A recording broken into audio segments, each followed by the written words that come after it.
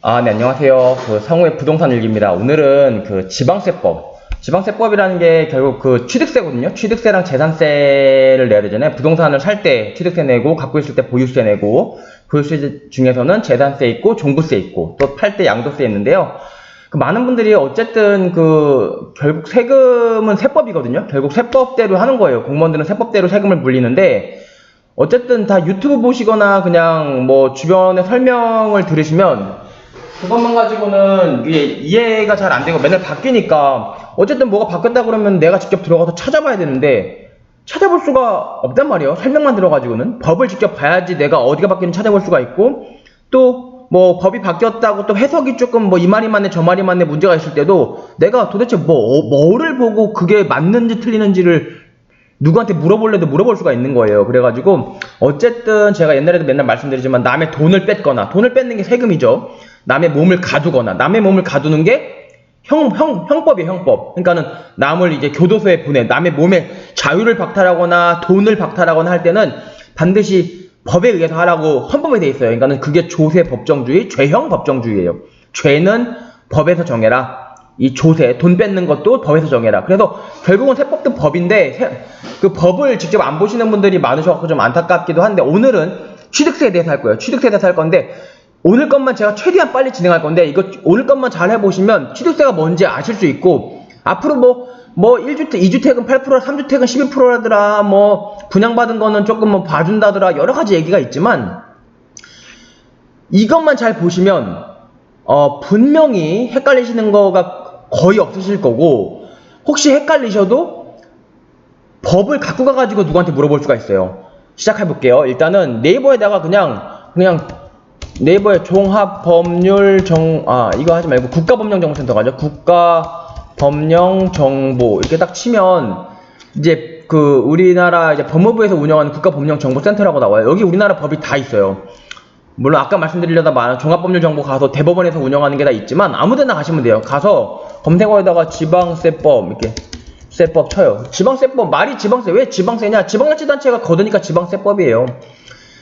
보시면 본문 보면 쭉 나오는데, 여기 항상 이걸 본문을 눌러보면 왼쪽이죠. 왼쪽에 이걸 눌러보시면 여기 쭉 나와요. 총칙부터 나오는데 취득세 제일 먼저 나오죠. 취득세 2장의 취득세, 3장의 등록면허세, 4장의 레저세, 담배서비스, 이게 쭉쭉쭉쭉 나와요. 지방소득세 쭉 나오는데, 우리가 오늘 할 거는 이런 것들이 다 이 장별로 다 지방자치단체가 걷는 세금이다. 그래서 지방세법에 규정을 하고 있는 거고, 어쨌든 우리가 지금 오늘 궁금한 건 취득세예요. 아파트 살 때 내는 세금 얼마 내야 되느냐? 아파트든 뭐 재개발이든 재건축이든 아파트 부동산을 살 때 내는 세금인데요.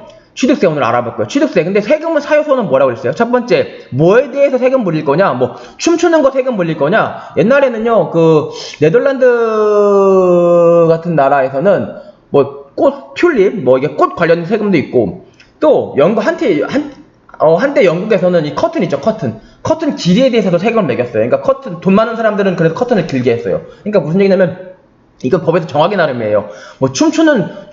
음주 가무세 이런 거에 나올 수도 있어요. 춤추는 거에 세금을 매길지, 커튼에서 매길지, 꽃에다 매길지. 우리나라는 그러면 이 지방세법 중에, 그러니까 지방자치단체가 걷는 세금을 규정해 놓은 이 지방세법 중에 취득세 보는데, 취득세는 뭐에 대해 세금 물리겠다는 거예요? 취득할 때 물리겠다는 거예요. 왜 취득할 때 물리느냐? 그건 맘대로 정하는 거예요. 커튼 길이에 대해서 세금 물리고, 하다못해 담배 때 이 길이에 대해서 세금을 물릴 수도 있는 거예요.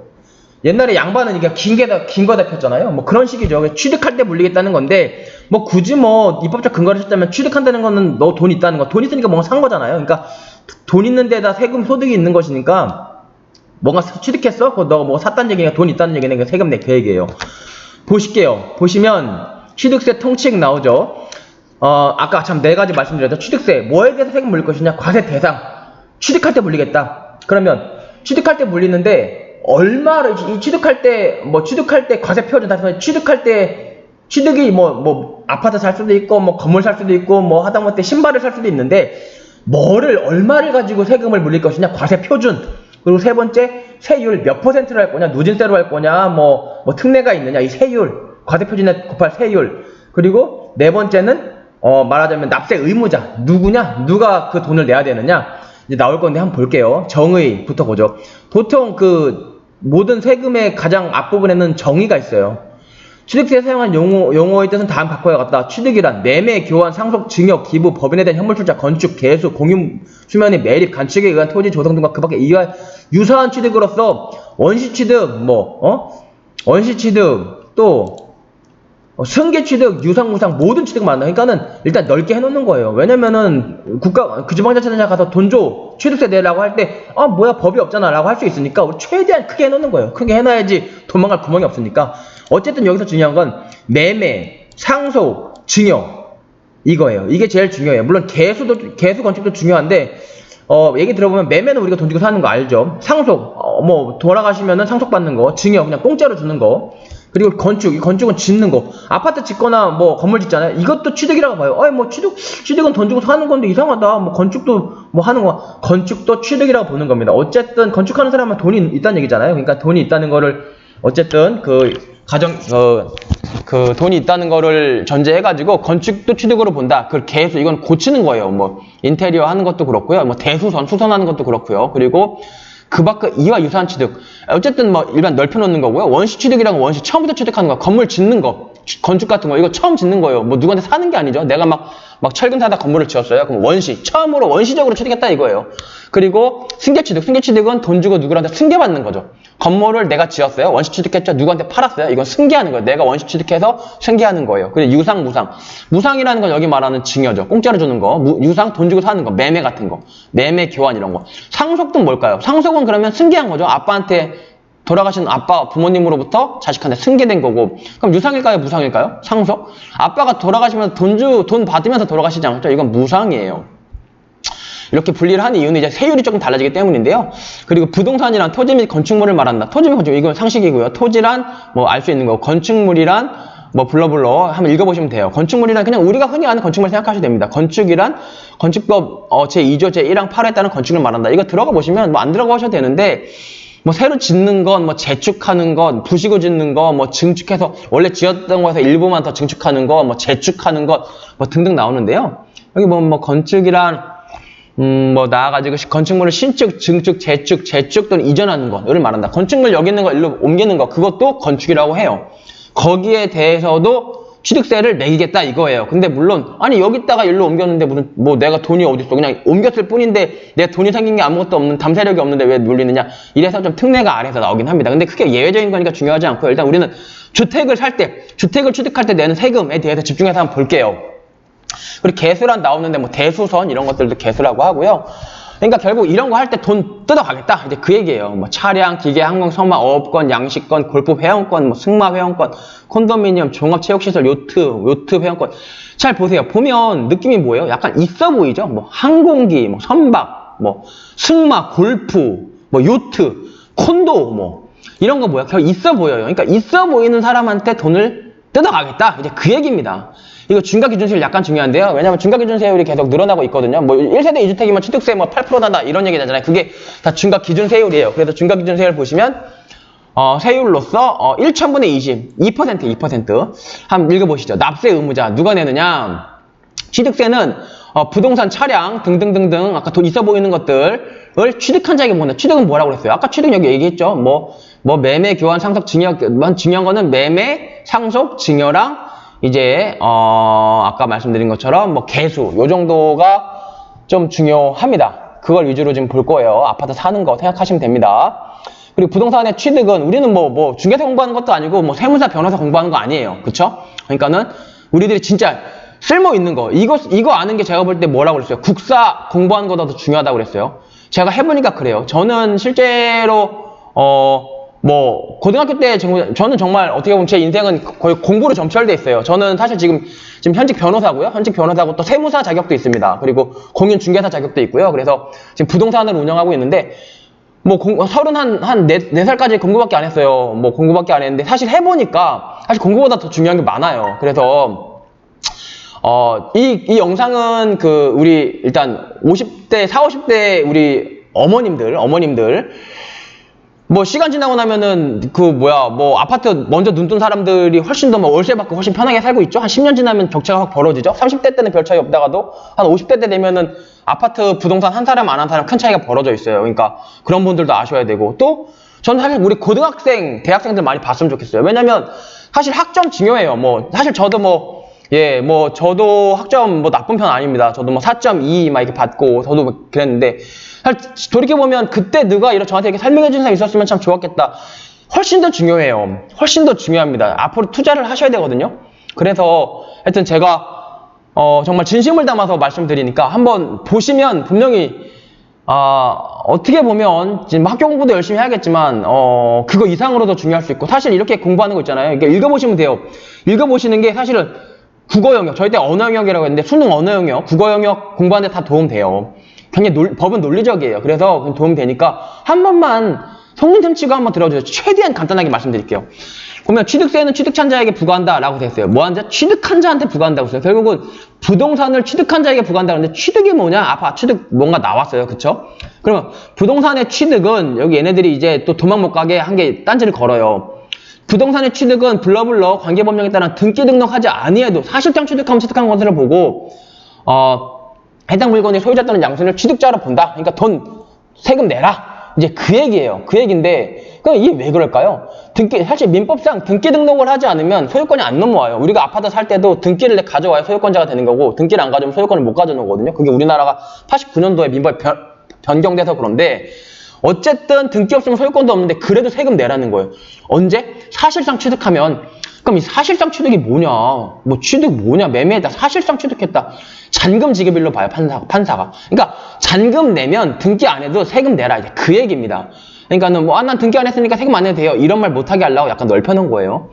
그리고 또 사망 보시면 건축물 중 조작 설비 그 밖에 부대 설비에 속하는 부분으로서 주체 구조부 그러니까 하나가 되어 건축물의 효용가치 이루고 있는 것에 대하여 취득자가 함께 취득하면 엘리베이터 생각하시면 돼요. 엘리베이터. 말이 어려서 그렇지 건축물 중 조작 설비 그 밖에 부대 설비 건축물 보면 우리 건물 보면 엘리베이터 있잖아요. 주체 구조부가 뭐예요? 건물의 주체 구조부가 그냥 건물 그 큰 건물이죠. 건물로 하나가 돼요. 엘리베이터 건물에 딱 붙어있죠? 엘리베이터만 떼서 갈 수 없죠? 붙어있고 건축물의 효용가치 이루죠. 엘리베이터 있으니까 편하게 올라가잖아요. 이거는 취득자 외자가 그러니까 엘리베이터 예컨대 엘리베이터 설치하는 업체들 많잖아요. 그런 데서 가서 설치를 해도 주체구조부의 취득자, 주체구조부 건물주가 취득한 걸로 본다. 그러니까 엘리베이터 붙이는 것도 세금 내라 그 얘기예요. 커튼까지는 아직 세금 안 걷지만 엘리베이터는 세금 걷겠다 이제 그 얘기입니다. 선박, 차량, 기계장비 종류 변경이나 지목 변경해서 가액이 증가한 경우 이거는 그렇게 중요하지 않은데 지목 변경한다고 그러잖아요. 논으로 쓰다가 밭으로 쓰고 밭으로 쓴 다음에 대지로 만들고 그러면은 대지가 훨씬 가치가 있거든요. 대지 왜냐면 건물 지어서 장사할 수 있으니까. 그럼 그 경우에 논으로 쓰다가 건물 지어서 대지로 만들었어요. 그런 경우에는 취득한 거 아무것도 없는 것 같지만 돈이 늘어났으니까 취득한 거를 보겠다 이제 그 얘기입니다. 그리고 5항은 법인 얘기 됐고요. 외국인의 소유세 취득 이것도 잠깐만요. 수입하는 사람들 얘기니까 됐고요. 상속은 돌아가실 수 있으니까 얘기해보면 상속은 포괄유증과 신탁재산의 상속을 포함한다. 유증 및 포괄유증. 이거 유언으로 물려주는 거예요. 상속은 아버지 돌아가시면 아버지가 유언장 쓰고 돈 물려줄 수도 있고 아니면 그냥 돌아가시면 법정 상속되잖아요. 근데 유언장 쓴 경우는 포함된다 그 얘기예요. 이날 취득하는 경우 상속인 각자가 상속받는 취득 물건을 취득한 것으로 본다. 그러니까 상속받아도 취득한 걸로 보겠다. 네, 그 얘기입니다. 그리고 주택법의 주택조합, 도시 및 주거환경정비법, 재개발 재건축 다 이 법이거든요. 그리고 빈집 및 소규모 주택 관한 정비에 관한 특례법에 보면 재건축조합, 소규모 주택조합이 해당 조합원용으로 취득하는 조합주택력 부동산은 그 조합원이 취득한 것을 본다. 사실상 그 조합원이 취득한 거니까 어쨌든 조합이 이제 재개발 재건축하면 이제 조합이라고 생겨요. 이 조합이 하나의 사람 같은 거예요. 법인격이 있거든요. 하나의 사람으로 보는데 처음에 이제 아파트 지어서 취득하면은 이 조합원이 바로 취득하는 게 아니라 법인이 먼저 취득을 한다는 거예요. 근데 사실상 이 법인이 취득해도 조합원한테 다 나눠주잖아요. 그러니까 결국은 이 법인이 취득한 것도 이 조합원이 취득한 걸로 봐서 돈 내라. 이제 그 얘기입니다. 기계장비, 차량, 기계업체 이거 됐고요. 배우자, 직계, 존비석, 부동산 취득하는 경우에는 증여로 취득한 걸로 본다. 그러니까는 배우자는 누구예요? 엄마면 아빠, 아빠면 엄마. 그러니까 배우자, 자기 아내 또는 남편이고요. 직계, 존비석, 직계, 존속은 엄마, 아빠. 직계, 비속은 아들, 딸이에요. 비속. 존이 존경한다 할 때 그 존이고 비가 비하한다 그 비예요. 아래, 위 그 얘기니까 존은 엄마, 아빠, 비는 아들, 딸. 부동산을 취득하는 경우에는 증여로 취득한 것으로 본다. 돈 주고 샀다고 해도 어쨌든 돈 주고 샀다가 매매계약서를 보통 쓰죠. 매매계약서 써도 이거는 그냥 증여다. 무상취득으로 한다. 왜 이렇게 하겠어요? 무상취득을 해갖고 증여세 많이 내라. 이제 그 얘기예요. 하지만 실제로 돈 주고 샀을 수도 있죠. 유상 취득한 것으로 본다. 다음 각호의 하나의 경우에는 뭐 공매, 파산 선고 또는 해당 부동산 취득을 위해 그 대가를 지급한 사실이 다음 각목의 어느 하나에 의하여 증명되는 경우. 그러니까는 뭐 아들이 아빠한테 아파트 샀어도 진짜 대가를 지급한 사실이 거래 내역서 또는 돈도 있고 실제로 아들이 돈도 잘 벌고 거래 내역서 이런 게 있어요. 그러면 있으면 이거는 이거 증여로 안 보고 이거는 유상 취득한 걸로 보겠다라고 해서 취득세 조금 줄여주겠다. 이제 그 얘기입니다. 그리고 증여가 되면 또 증여세 또 내야 되잖아요. 근데 이제 유상 취득이 되면은 취득세만 내면 되죠. 뭐 증여세는 낼 게 없죠. 취득세 내면 되죠. 그러니까는 보통 아빠한테 돈 주고 그러니까 그냥 사실상 증여 물 공짜로 받으면서 돈 주고 사는 것처럼 하는 경우가 많단 말이에요. 그런 거를 이제 막기 위해서 이렇게 해놓은 거죠. 그리고 증여자의 채무를 인수하는 부담부 증여의 경우에는 그 채무액에 상당하는 부분은 부동산 유상으로 취득한 거라고 본다. 그러니까 부담부 증여라는 게 보통 아파트 보면 다 전세가 껴있어요. 전세가 껴있고 또는 전세가 껴있지 않더라고 하더라도 대출이 껴있는 경우도 많고요. 그러니까 대출이나 전세가 부담이 있다는 거, 부담이잖아요. 그러니까 대출이 껴있거나 전세가 껴있으면은 부담을 지고 있는 거니까 그걸 대출 전세를 부담이라고 그래요. 그래서 대출 전세 껴있는 상태에서 공짜로 줄 때는 이 채무액만큼은 이거는 증여가 아니죠. 왜냐면 예컨대 10억짜리 부동산에 5억이 전세가 껴있는데 그거를 아들한테 줬어요. 그럼 사실상 5억만 공짜로 준 거예요. 이 5억 부분은 아들이 결국 갚아야 되는 돈이란 말이에요. 그러니까 그거는 유상 취득으로 본다. 그 얘기를 하는 거고요. 실제로 그래서 아파트 같은 거를 자식들한테 줄 때 일부러 대출을 받아갖고 주는 경우도 있어요. 그럼 증여세가 줄어들잖아요. 그러면 대신에 대출 받아서 주면은 엄마나 아빠 입장에서는 이 대출 부분, 이거는 10억짜리인데 5억이 대출이에요. 그럼 아들한테 줬어요. 그럼 아들은 5억에 대한 증여세만 내면 되는데 이 엄마 아빠 입장에서는 그걸 줌으로써 이 5억을 채무를 더 이상 아들이 갚으면 되고 엄마는 안 갚아도 되잖아요. 그러면 이거는 줄 돈을 안 줘도 되기 때문에 돈을 받은 걸로 봐요. 그래서 양도세를 내야 되는데 예컨대 10년 보유, 10년 거주 충분히 다 해서 양도세가 굉장히 작은 집 같은 거 아들한테 증여할 때는 그래서 대출을 받은 다음에 해주면 양도세는 장기보유 특별공제 받아서 줄어들고 아들은 증여세는 줄어들고 그러니까는 증여세가 줄어드는 게 양도세 조금 늘어나는 것보다 더 많을 때는 대출 받은 상태에서 또는 대출을 일으켜가지고 증여하는 경우도 있습니다. 어쨌든 그 얘기는 또 다른 얘기고 부담부 증여가 뭔지 아셨죠? 그 반 정도 대출 받은 거 10억 중에 5억 대출이면 이 5억이 부담이고 채무액에 상당하는 부분 이 5억 부분에 대해서는 유상으로 취득한 걸로 본다는 거예요. 나머지 5억에 대해서만 증여세를 내라. 그런 얘기고 배우자 직계존비속으로부터 부동산 등의 부담부 증여의 경우에는 제11한 경우다. 그래도 만약에 배우자나 직계존비속한테 받았다. 이런 경우에는 부담부 증여도 나는 이거 너 유상취득 아니야. 그냥 공짜로 받은 거야. 라고 보겠다. 하지만 진짜 아들이 대출 다 갚았다. 되면은 이거는 다시 유상취득으로 보겠다. 이런 얘기가 있습니다. 그리고 상속계 시효 상속재산에 대하여 이 블러블러 이거는요 조금 상속법 얘기니까요 넘어가시고요. 상속회복 청구권, 채권자 대위권 이런 것도 넘어가시면 됩니다. 좀 어려운 얘기일 수도 있는데 우리가 아파트 사고 팔고 주택 사고 팔아 갖고 억울하게 벼락거지가 되는 거 막는 데는 이 정도만 알아도 충분해요. 납세지는요 부동산 소재지예요. 부동산 예컨대 내가 용산에는 부동산 샀다. 그럼 용산구청에다가 취득세 내라 그 얘기예요.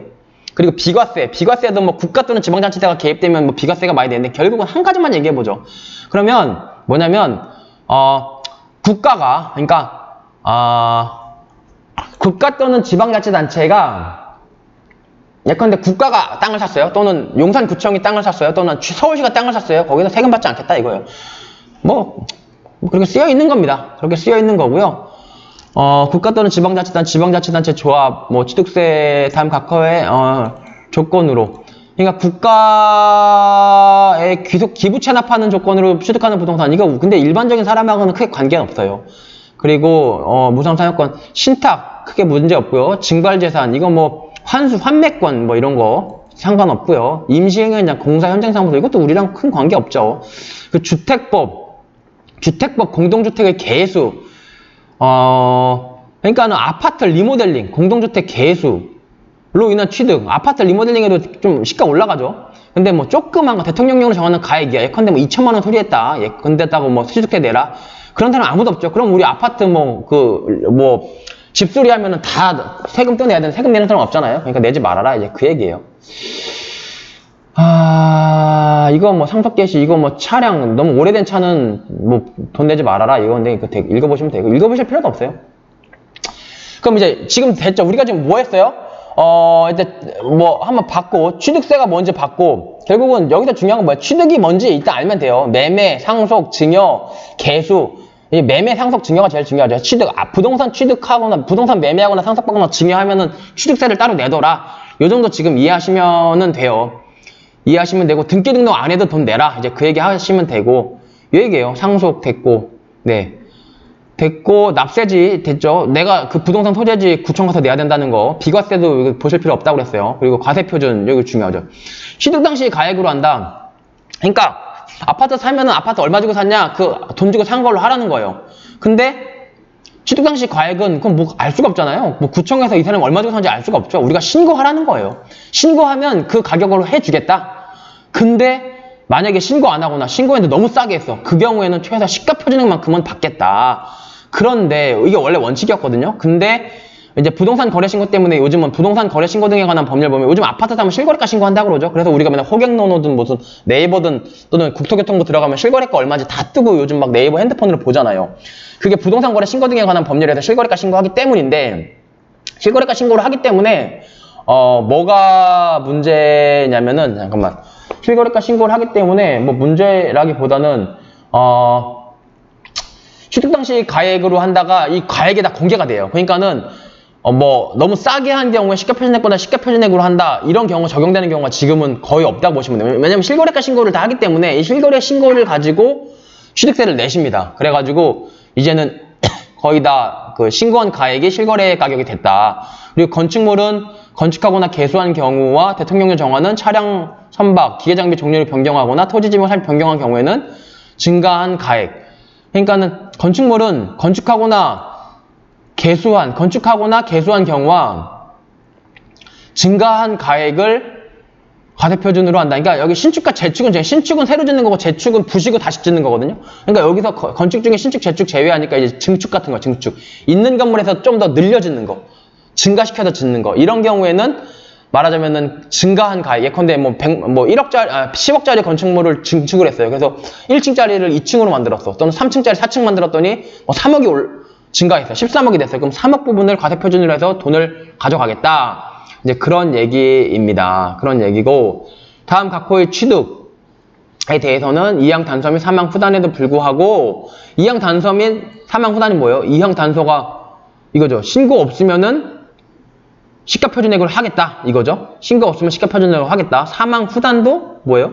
후단이라는 게 뭐냐면 전단, 후단과 전단은 첫 번째 문장, 후단은 두 번째 문장이에요. 그 뒷문장이란 얘기예요. 표준을 한다. 마침표 찍혔죠? 여기부터 후단이죠. 그러니까 예컨대 신고 안 하면 시가표준액으로 하겠다. 근데 그럼에도 불구하고 시가표준액으로 한다고 하지만 사실상의 취득가액 또는 사실상의 취득가액 연부금액은 뭐 월부, 할부 그러죠. 그런 거예요. 연으로 이건 중요하진 않습니다. 취득가액을 과세표준으로 한다. 보면 부동산 거래 신고 등에 관한 법률에 따라서 신고서 제출해서 검증이 이루어진 거. 그러니까 실거래가 신고한 거는 실거래가 신고 다 해야 되는데 이 취득가액을 과세표준으로 해가지고 너가 얼마를 신고하든지 간에 이렇게 해서 세금을 가져가겠다. 이제 그런 얘기가 되겠습니다.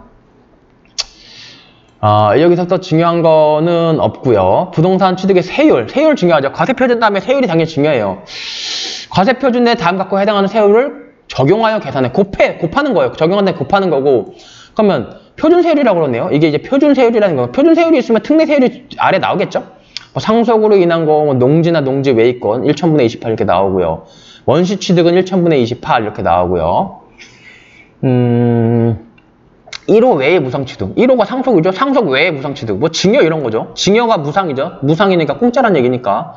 그러면 보통 상속으로 농지 받으면 1,000분의 23, 상속으로 아파트 받으면 1,000분의 28 내야 되고 상속이 아니고 증여. 공짜로 줬어 아빠가. 그럼 1,000분의 35 많이 내라는 거죠. 좀 더 비싸게 내가 원시취득 내가 건물을 지었어 1,000분의 28 공유물의 분할 같은 경우 예컨대 법원 가서 공유물 분할 판결 받아도 공유물 분할하는 경우 있죠. 1,000분의 23 좀 싸죠. 그 밖의 원인 싹 다 들어가죠. 매매 아까 매매 증여 상속이 중요한데 매매가 제일 중요하겠네요. 그 밖의 원인 여기서 상속도 나왔고 무상 취득해서 증여도 나왔으니까 이제 매매. 농지는 1,000분의 30. 농지 외의권은 40 제일 크죠.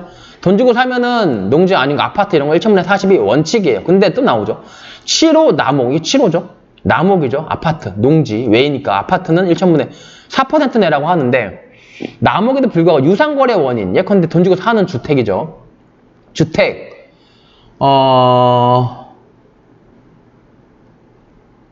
주택.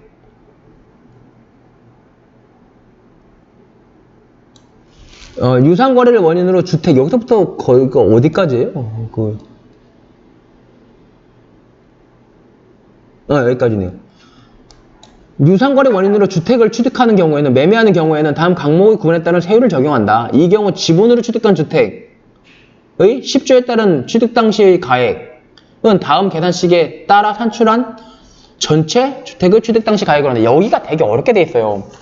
진짜 어렵게 돼 있는데, 그러니까 맨날 헷갈리고 뭐 문제만 있으면 뭐 법무사 전화해서 물어보고 세무사 전화해서 물어보고 모르면 답답해하고 유튜브 찾아보고 이러는 건데, 그거 봐도요 이해 안 돼요.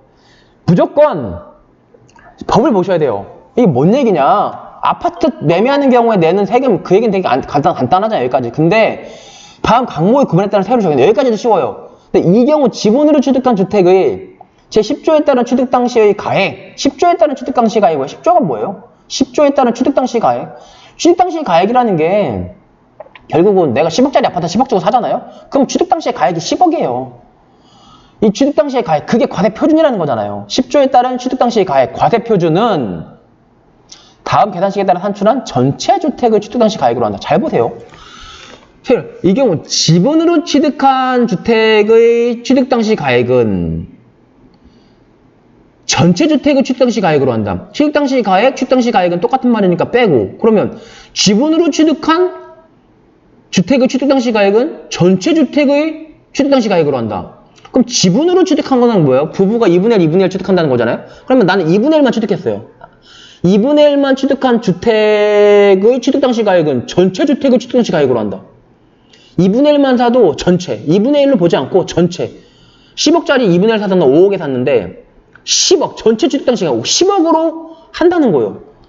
뭐를요? 과세 표준을요. 10조에 따른 취득 당시 가액이, 10조에 따른 취득 당시 가액이 뭐예요? 10조가 과세 표준이죠.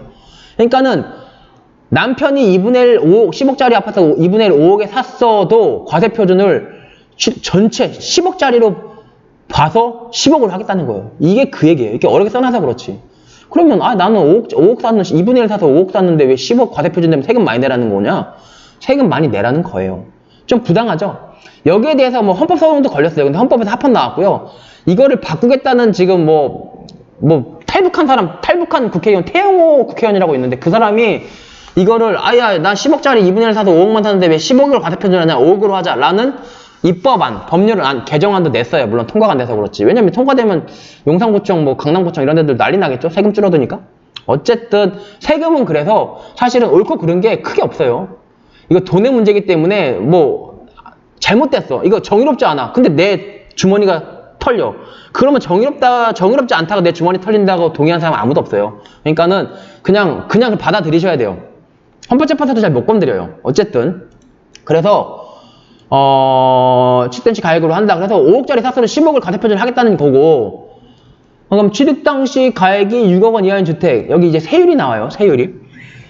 취득 당시 가액이 6억 원 이하인 주택 1,000분의 10. 취득 당시 가액이 6억 원을 초과하고 9억 원 이하인 주택, 이게 나오고, 취득 당시 가액 9억 원 초과한 주택 1,000분의 30. 그럼 내 건데 10억을 주고 샀는데 2분의 1만 샀어요. 남편이. 그래서 남편은 5억이에요. 근데 과세 표준은 10억이라고 그랬죠. 그러면 과세 표준 10억, 9억 초과라고 해서 3% 내라 이거예요. 나는 2분의 1만 샀지만, 5억 원어치만 샀지만, 그래도 3%를 내는데, 그럼 얼마 내냐? 10억 곱하기 3%를 다 내느냐? 아니에요. 왜? 나는 2분의 1만 샀으니까. 여기 또 이게 나와요. 제 1항, 1호, 2호, 7호, 8호의 부동산이 공유물일 때에는, 공유물이죠. 남편이 2분의 1만 샀으니까. 그 취득지분의 가액을 과세표준으로 하여, 그러면 취득지분의 가액을, 과세표준이 취득지분의 가액이면은 나는 2분의 1만 샀으니까 5억의 과세표준으로 한다고 되어 있는데, 지금 방금 설명 잘못한 거 아니야? 아니에요. 그러니까, 여기 세율을 정하는 과세표준은 10억으로 하고, 세율은 과세표준 10억으로 해서 3%를 정하되 내가 진짜 직접 낼 때는 취득자의 가액 5억만을 과세표준으로 해서 내라는 거예요. 그러니까는 어떻게 하냐면 10억 곱하기 1000분의 30 곱하기 2분의 1 해서 세금을 내라가 요렇게 1항과 2항과 1항에 쓰여 있는 거예요. 지방세법 제11조에. 이게 되게 말이 어려운데 제가 말씀드린 게 맞아요. 그러니까 세율은 과세표준 크게 해가지고 세율을 정하고 이 세율을 정한 다음에 내가 공유물일 때는 취득지분의 가액을 과세표준으로 해서 2분의 1을 곱해서 최종 세율을 계산해라. 그럼 결국 같은 거 아니야? 같지 않죠? 과세표준이 늘어나면 세율을 일단 큰 거 갖고 와가지고 곱한 다음에 내 몫만 내라는 거죠. 이렇게 하지 않으면은 뭐 물건 살 때 막 쪼개가지고 살 수가 있으니까 이렇게 한다는 입법 취지가 있는데 어쨌든 입법 취지까지는 알 필요 없고 이렇게만 이해하고 있으시면은 됩니다. 원시 취득으로 모아 제3항에 주택을 실질적 증축권이 해당 주거 건축물 소유자 이거 됐고요. 네, 이 정도 하고 제가 지금 재판을 가야 되는데 빨리 갔다 와서 다시 말씀드릴게요. 네, 이상입니다. 네. 아까 했던 거 이어서 조금 더 설명을 드려볼게요. 아까 어디까지 설명을 드렸었냐면, 결국은, 7호 남목에도 불구하고 유상거래 원인으로 한 주택, 유상거래 원인으로 우리가 아파트 살 때요. 아파트 살 때 같은 경우는, 다음 항목에 구매에 따른 세율을 적용한다 라고 해가지고 이제 세율이 쭉 나오는데 아파트 가액에 따라서 이제 세율이 비쌀수록 더 커지는데, 이 경우 지분으로 취득한 주택, 보통 이제 부부 공동명의하면 2분의 1, 2분의 1 사는 경우, 그때 주택의 10조에 따른 취득 당시 가액은 다음 계산 상식에 따라 산출한 전체 주택의 취득 당시 가액으로 한다. 그러니까 10억짜리 반반 사서 5억만 샀다고 하더라도 이 10억을 기준으로 해가지고 이 세율을 정하라. 이제 그 얘기입니다. 세율을 정하라는 거고, 하지만은 세율을 정해도 남편은 5억짜리밖에 2분의 1밖에 안 샀으니까 세금을 정작 낼 때는 이 5억을 기준으로 해서 이 10억을 기준으로 적용된 세율을 곱해서 이제 세액을 산정해라. 그러니까 과세표준 자체를 세율이 적용하는 과세표준은 늘리고 이제 정작 세액을 산출할 때는 조금 줄여준다. 이제 그 얘기인데 그거를 여기다 아까 말씀드렸듯이 그렇게 적어놨죠. 제1항 1호, 2호, 7호, 8호의 부동산이 공유물일 때는 그 취득지분의 가액을 취득지분의 가액 그러니까 2분의 1에 10억이니까 2분의 1이니까 5억. 5억을 과세표준으로 하여 각각의 세율을 적용한다 할 때 이 각각의 세율은 이 위에 거를 적용해서 나온 세율, 다시 말해서 10억 전체를 기준으로 여기서 말한 전체 주택의 취득 당시 가액을 기준으로 나온 이 세율을 취득 지분 가액을 과세표준으로 해서 이 세율을 각각 적용한다. 그러니까 여기서 말하는 이 세율이랑 여기서 말하는 세율이 같은 세율을 말하고 있습니다. 말하는 거예요. 이제 그렇게 하고 제가 조금 이제 설명 좀 못 드린 부분이 하나가 있는데 뭐냐면 이제 모든 세법은 좀 특이한 점이요. 이게 법률에다가는 굉장히 좀 개괄적으로만 규정을 하고 대부분 대통령령이나 시행규칙으로 많이 내려보내서 정작 중요한 것들은 솔직히 대통령령으로 있는 경우가 많이 있어요. 사실 그것도 바람직한 건 아닌데 어쨌든 지금 그러고 있죠. 뭐가 있냐면 이거예요. 이 대통령이 정한다. 그래서 1항부터 7항까지 규정에 따른 취득세의 과세표준이 되는 가액, 가격, 연부금액의 범위 및 그 적용과 취득 시기에 관해 대통령을 정한다. 그래서 결국은 과세표준이 되는 가액을 알아야지 거기다가 말하자면 세율을 곱해서 세액을 내자니 과세표준이 진짜 중요한데 예컨대 10억짜리 아파트를 샀어. 그러면 10억이 과세표준이 된다라고 생각하기 쉽잖아요. 근데 사실 그 말도 맞긴 한데 그거를 구체적으로 대통령령으로 정한다는 거예요. 그리고 이 취득 시기는 아파트를 돈 주고 샀어. 그럼 계약서를 쓸 때가 취득한 건지 아니면 잔금을 다 줬을 때가 취득한 건지 아니면 계약서에 잔금 지급일로 적혀진 날짜 그때가 되면은 취득한 건지 다툼이 있을 수 있겠죠? 대통령을 정한다는 거예요. 대통령령 들어가 보면 눌러보면요. 이게 쭉 나오는데 여기서 중요한 거는요. 여기 취득 시기랑 그 과세표준의 범위인데 취득 현황 당시 부과 이건 별로 중요한 건 아니고요. 17조 이것도 중요한 건 아니고 취득 가격의 범위. 그러니까는 10억 주고 사면 이 10억이 과세표준이냐 이거예요. 여기 보면은 법 제10조 5항 각호에 따른 취득 가격 또는 연부금액은 취득 시기를 기준으로 그 이전에 해당 물건을 취득하기 위해 거래 상대방 또는 제3자에게 지급하였거나 지급하여야 할 직접 비용과 다음 각호의 어느 하나에 해당하는 간접 비용의 합계액으로 한다. 이렇게 되어 있는데 이게 뭐냐면 결국 10억짜리 아파트를 사면 매도인한테 10억을 줘야죠. 그게 바로 거래 상대방에게 지급하여야 할 직접 비용 10억이에요. 근데 그것만 취득가액으로 하지 않고 더 늘리겠다는 거예요. 다음 어느 하나에 해당하는 간접 비용의 합계액이다. 이 중에서 보면 또 한 개 조금 알아두셔야 될 게 부동산 취득하는 경우에 국민주택 채권을 해당 부동산 취득 이전에 양도하면 발생하는 매각 차손. 이게 뭐냐면 아파트 사면 여러분들 이제 보통 법무사들한테 등기를 맡기잖아요. 등기를 맡기면 법무사들이 이 국민주택 채권을 돈을 그러니까 매수인한테 받아갖고 내요. 대신 내줘요. 그래서 잘 모르시는데 이 국민주택 채권을 보통은 이제 사가지고 다시 팔아요. 그럼 할인율의 차이가 있으니까 얼마 정도 돈을 더 내야 되는데 그것도 뭐 300만 원, 400만 원 하는 경우도 있어요. 아파트 값이 많이 올라서. 이것도 물론 매도인한테 10억 주고 사면은 10억은 매도인한테 가고 이 매각 차손은 그냥 말하자면은 국가에 가는 거예요. 그럼에도 불구하고 이렇게 이 부동산, 그러니까 매도인한테 가는 10억 말고 이런 매각 차손도 그 시가표준액에 포함된 걸 보겠다는 거예요. 그러니까 시가표준액을 늘리면 그만큼 세금이 높아지겠죠. 근데 실무적으로 유익한 게 있죠. 이 국민주택채권 매각 차손 이거는 실무적으로는 별로 과세표준에 포함 안 시켜요. 그게 실무입니다. 그리고 중개사에게 지급한 중개보수 이것도 시행령에 따르면은 과세표준에 포함돼요. 다만 법인이 아닌 자가 취득하는 경우 다시는 제외한다. 그럼 법인이 취득하는 경우 아파트 법인이 많이 사잖아요. 법인이 취득하면은 중개보수도 다 과세표준에 잡혀야지 법에는 맞는데 실제로 그렇게 중개보수나 이제 매각차손, 국민주택 채권까지 과세표준에 넣고 있지는 않습니다. 실무상. 그렇고 또 한 게 중요한 게 뭐 여러 가지들이 있죠. 여러 가지들이 이주비도 있고 또 보셔야 될 게 대통령이 정하는 것이란 이것도 크게 아주 꼭 알아두셔야 될 건 아니고 문제가 생기면 보시면 되는 거고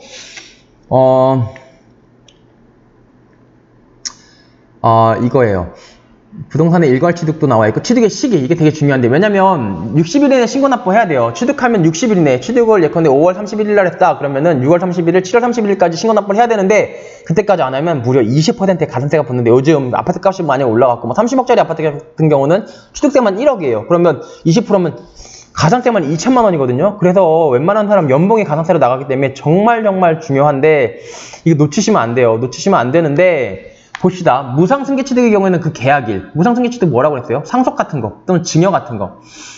상속이나 유증으로 인한 취득의 경우에는 상속 개시일, 유증 개시일. 상속 언제 개시돼요? 엄마 아빠 돌아가실 때. 사망일이 상속 개시일이에요. 그때 취득한 거를 보겠다는 거예요. 증여도 내가 너한테 뭐 예컨대 어떤 아파트 줄게 했어요. 증여했죠? 구두계약서 계약이니까 증여하겠다라고 말하면 그 말한 날이 취득한 거예요. 그때. 나 뭐 등기 안 했는데요? 그거 등기 안 한 거 별로 중요하지 않다고 그랬죠? 그때부터 60일 이내에 신고 납부를 해야 된다. 그렇게 하고요.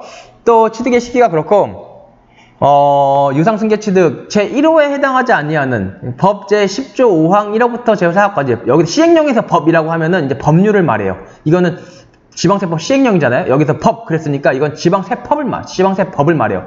10조 5항 제1호부터 4호 볼까요? 10조 1항 1항부터 10조 1항 5항부터 이 5항의 10조 5항 1호부터 4호 여기까지 규정에 어느 한에 해당하는 유상승계 취득은 그 사실상의 잔금 지급일. 예컨대 뭐 국가로부터 사거나 그러면 국가한테 돈 다 준 날 그날부터 이제 60일 이내 신고 납부하라는 거고 또 보시면 제1호에 해당하지 않은 유상승계 취득 예컨대 우리가 아파트 돈 주고 사는 거 그거는 이 1호에 해당하지 아니하는 유상승계 취득이거든요. 그때는 계약상의 잔금 지급일. 예컨대 계약서에 뭐 5월 30일이다 라고 하면 그때부터 60일에 신고 납부해야 된다는 거죠. 근데 이런 경우가 있어요. 어떤 경우가 있냐면 5월 30일 날 계약서 보면 부동산 중개사무소 가서 부동산 계약을 했어요. 10억에 5월 30일 날 계약 잔금을 다 지급하는 걸로 계약서를 썼는데 뭐 잔금에 좀 문제가 생길 수 있어요. 예컨대 뭐 갑자기 돈이 좀 늦게 대출이 된다든지 아니면 받을 돈이 있는데 좀 늦게 받는다든지 그런 경우에는 잔금 예컨대 5억이라 그러면 5억은 한 보름만 좀 늦게 드릴게요. 그럼 매도인이 그러세요 라고 하는 경우도 있어요.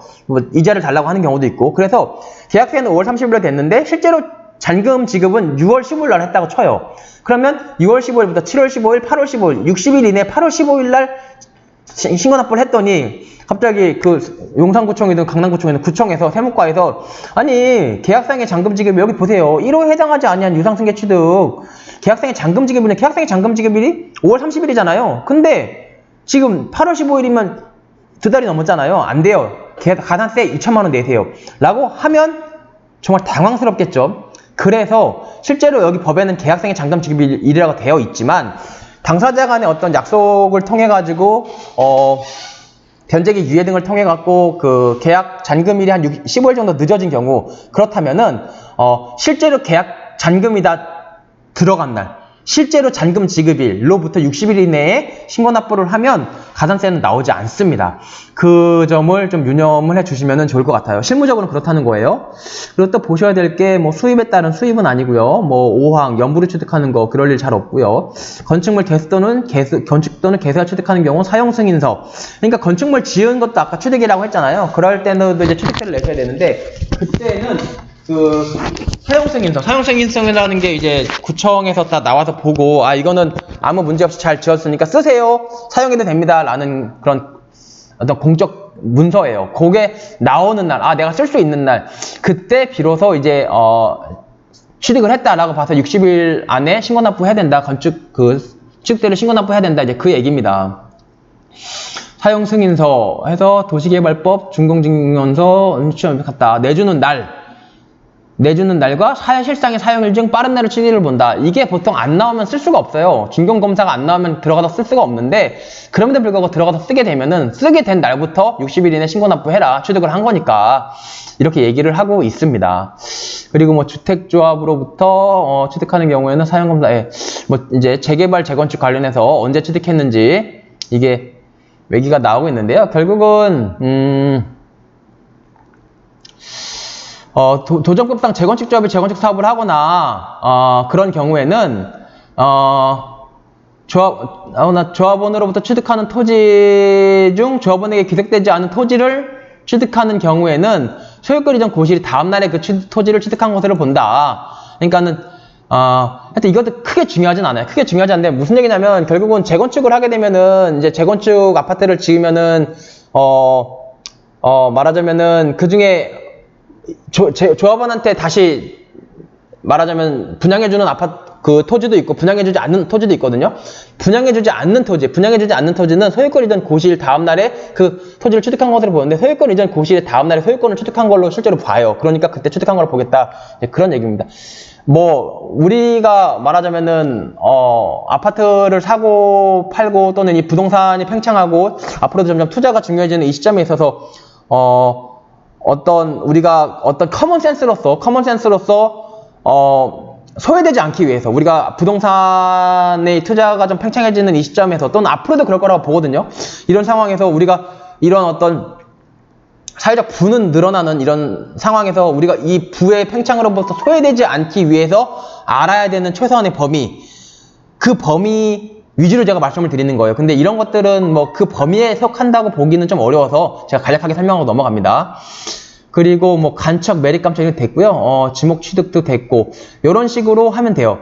근데 또 하나 이제 이거 있죠. 뭐 재산분할 이거 이혼할 때 재산분할하는 경우는 등기 등록일을 취득일로 본다. 이것도 뭐 이혼할 때 재산분할 받을 경우 그런 얘기를 하는 건데 그러니까 뭐 부모님이 이혼을 했어요. 이혼하면은 위자료도 청구하고 재산분할도 청구하고 보통 하거든요. 같이 병합해서 하는데 재산분할이라는 건 뭐냐면은 원래 엄마 재산을 아빠가 갖고 있었던 거예요. 그러니까 자기 거 자기가 가져오는 거예요. 자기 거 자기가 가져오는 거니까 말하자면은 등기 또는 등록일을 취득일로 보겠다. 이제 그런 얘기고요.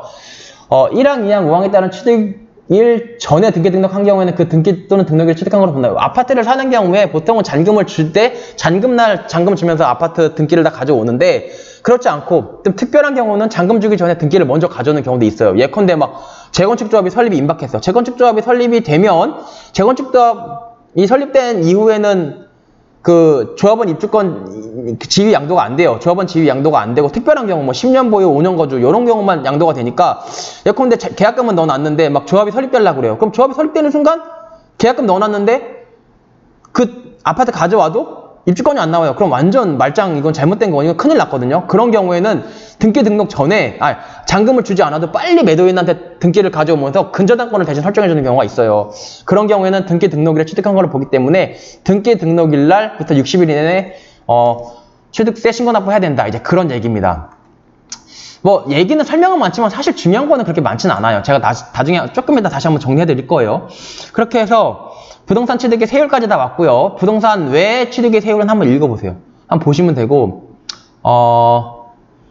원시 취득으로 모아. 이거 됐고요. 됐고. 그러면 과밀 억제권역 취득세 증가는 뭐냐면요. 예컨대 막 서울처럼 서울 강남 막 중구 이런 데처럼 막 억제, 너무 과밀해서 빨리 이걸 분산시키고 싶은 거에다가 하필 4억을 져가지고 내가 살겠다. 또는 하필 거기다 공장을 짓겠다. 이런 경우는 취득세를 막 세게 해가지고 좀 막겠다. 그런 일을 못하게 하겠다. 이제 그런 겁니다. 그런 거고. 사실 제일 중요한 건 뭐예요? 13조의 2조. 이게 새로 생겼어요. 이게 설명을 꼭 드려야 되는데 20년 8월 12일 날 이게 70대책, 7월 10일 대책이죠. 20년. 그 대책의 일환으로 나온 건데 이제 이게 여기서 나오는 게 그거예요. 증여도 종부세가 비싸서 팔려니까 양도세가 비싸서 갖고 있자니 종부세, 그래서 아들한테 증여하자니 증여세, 증여 취득세 이런 말 하잖아요. 그때 나오는 증여 취득세가 여기서 나와요. 그리고 법인 물건들 법인들 이제 못하게 막았다고 그러잖아요. 법인은 이제 완전 막았다. 양도세도 중과하고 다 중과한다고 하죠. 법인도 취득세 증가 여기서 나오는 거예요. 그리고 1세대 2주택, 3주택, 4주택 취득세 증가 여기서 다 규율을 하고 있습니다. 이게 진짜 중요하고, 어쨌든 이게 법률의 형태로 들어온 이상 이게 짧은 시간 내에 없어지진 않을 거예요. 앞으로 계속 이렇게 될 거고, 이거 계속 물어보시는데 이건 알고 계셔야 돼요. 꼭 알고 계셔야 됩니다. 제가 한번 쭉 설명해 드려볼게요. 한번 들어보시면 그렇게 어렵진 않아요. 근데 진짜 하여튼 국회의원 분들도 법도 열심히 만들었어요. 보면 참 꼼꼼하게 만들었다는 거를 열심히 읽어보면 느낄 수가 있어요. 어쨌든 우리는 이걸 알아야 됩니다. 이걸 알아야 되는 이유는 투자를 하려면 수익률을 알아야 되잖아요. 수익률을 알려면 투자 상품에 대해서 잘 알아야 돼요. 이 투자 상품을 내가 투자를 하면은 누가 얼만큼 가져가고 내가 얼만큼 최종적으로 남는지를 알아야 되는데, 결국 국가가 하나의 주체로서 자꾸 세금을 가져가니까 이 세법을 모르면은 수익률을 계산이 안 돼요. 수익률 계산이 안 되는 거는 내가 이 투자 상품에 대해서 잘 알고 있는 게 아닌 거예요. 지피지기면 백전백승이라고 하죠. 일단 나는 알아야 돼요. 나는 보통 자기들 다 자기만큼 자기를 아는 사람 없으니까 그거는 그냥 안다고 보고, 적도 알아야 되는데 투자 상품을 아는 사람 결국 법을 알아야 돼요. 부동산은 이 세법, 도정법, 주택법 이런 거 다 알아야 되는데, 어쨌든 세법을 잘 아는 거는 우리 투자 상품을 잘 아는 거다. 그래서 한번 제가 설명을 한번 해보겠습니다. 보면 주택, 이 경우 주택 공유지분이나 부속토지만 소유하거나 취득하는 경우는 주택을 소유하거나 취득한 것으로 본다 라고 돼 있고, 그러니까는 부부가 공유지분으로 산다고 해도 주택을 소유하거나 취득한 걸로 보겠다는 거예요. 전체 주택을 유상거래 원인으로 취득하는 경우, 유상거래 원인 매매죠. 매매 취득하는 경우로 다음 각호의 어느 하나에 해당하는 경우에는 11조 1항 8호, 11조 1항 8호가 뭐였죠? 우리가 지금까지 계속 같이 읽어본 거잖아요. 11조 1항 8호 이거잖아요. 아까 말씀드린, 계속 제가 설명했던 거, 아파트 매매로 사는 거. 아파트 매매로 사는 거는 원래는 3%만 내면 돼요. 원래는 3% 내고 농어촌 특별세 지방교육세에서 0.5%에서 3.5% 내면 되는데, 지금 계속 다주택자들은 더 사고 집 없는 사람들은 계속 벼락거지 된다고 하고 하니까 이 법을 새로 도입을 한 거예요. 그러니까 원래 3%만 내면 되는데 특별한 경우에는 더 많이 물리겠다. 그 특별한 경우가 어떤 경우냐에 대해 설명을 하는 거예요. 보시면 11조 1항 8호에도 불구하고 다음 각 호에 따른 세율을 적용한다. 법인의 주택을 취득하는 경우에는 11조 1항 7호 남목, 11조 1항 7호 남목 보시죠. 11조 1항 7호 남목, 농지 외의권. 그 밖의 원인으로 인한 취득이니까, 유상 승계 취득, 매매에 포함되겠죠. 농지 외의권. 4%인데, 4%인데, 를 표준세율로 하여 해당 세율에, 그러니까 4%의 중과기준세율, 아까 2%, 1000분의 22%라고 했어요. 중과기준세율의 100분의 4배, 이게 4배란 뜻이잖아요. 말이 어렵지, 4배. 그러면 8%죠. 그럼 표준세율이 4%인데, 여기다가 이 8%를 합하래요. 그럼 12%를 취득세로만 내겠다. 10억짜리 하면은 1200만원, 1억 2천만원 세금으로 내라. 그러니까 법인은 취득하지 마세요. 라는 얘기를 하고 있는 거죠. 하고 있는 거고, 그리고 잠깐만요. 11조 1항이 그렇고,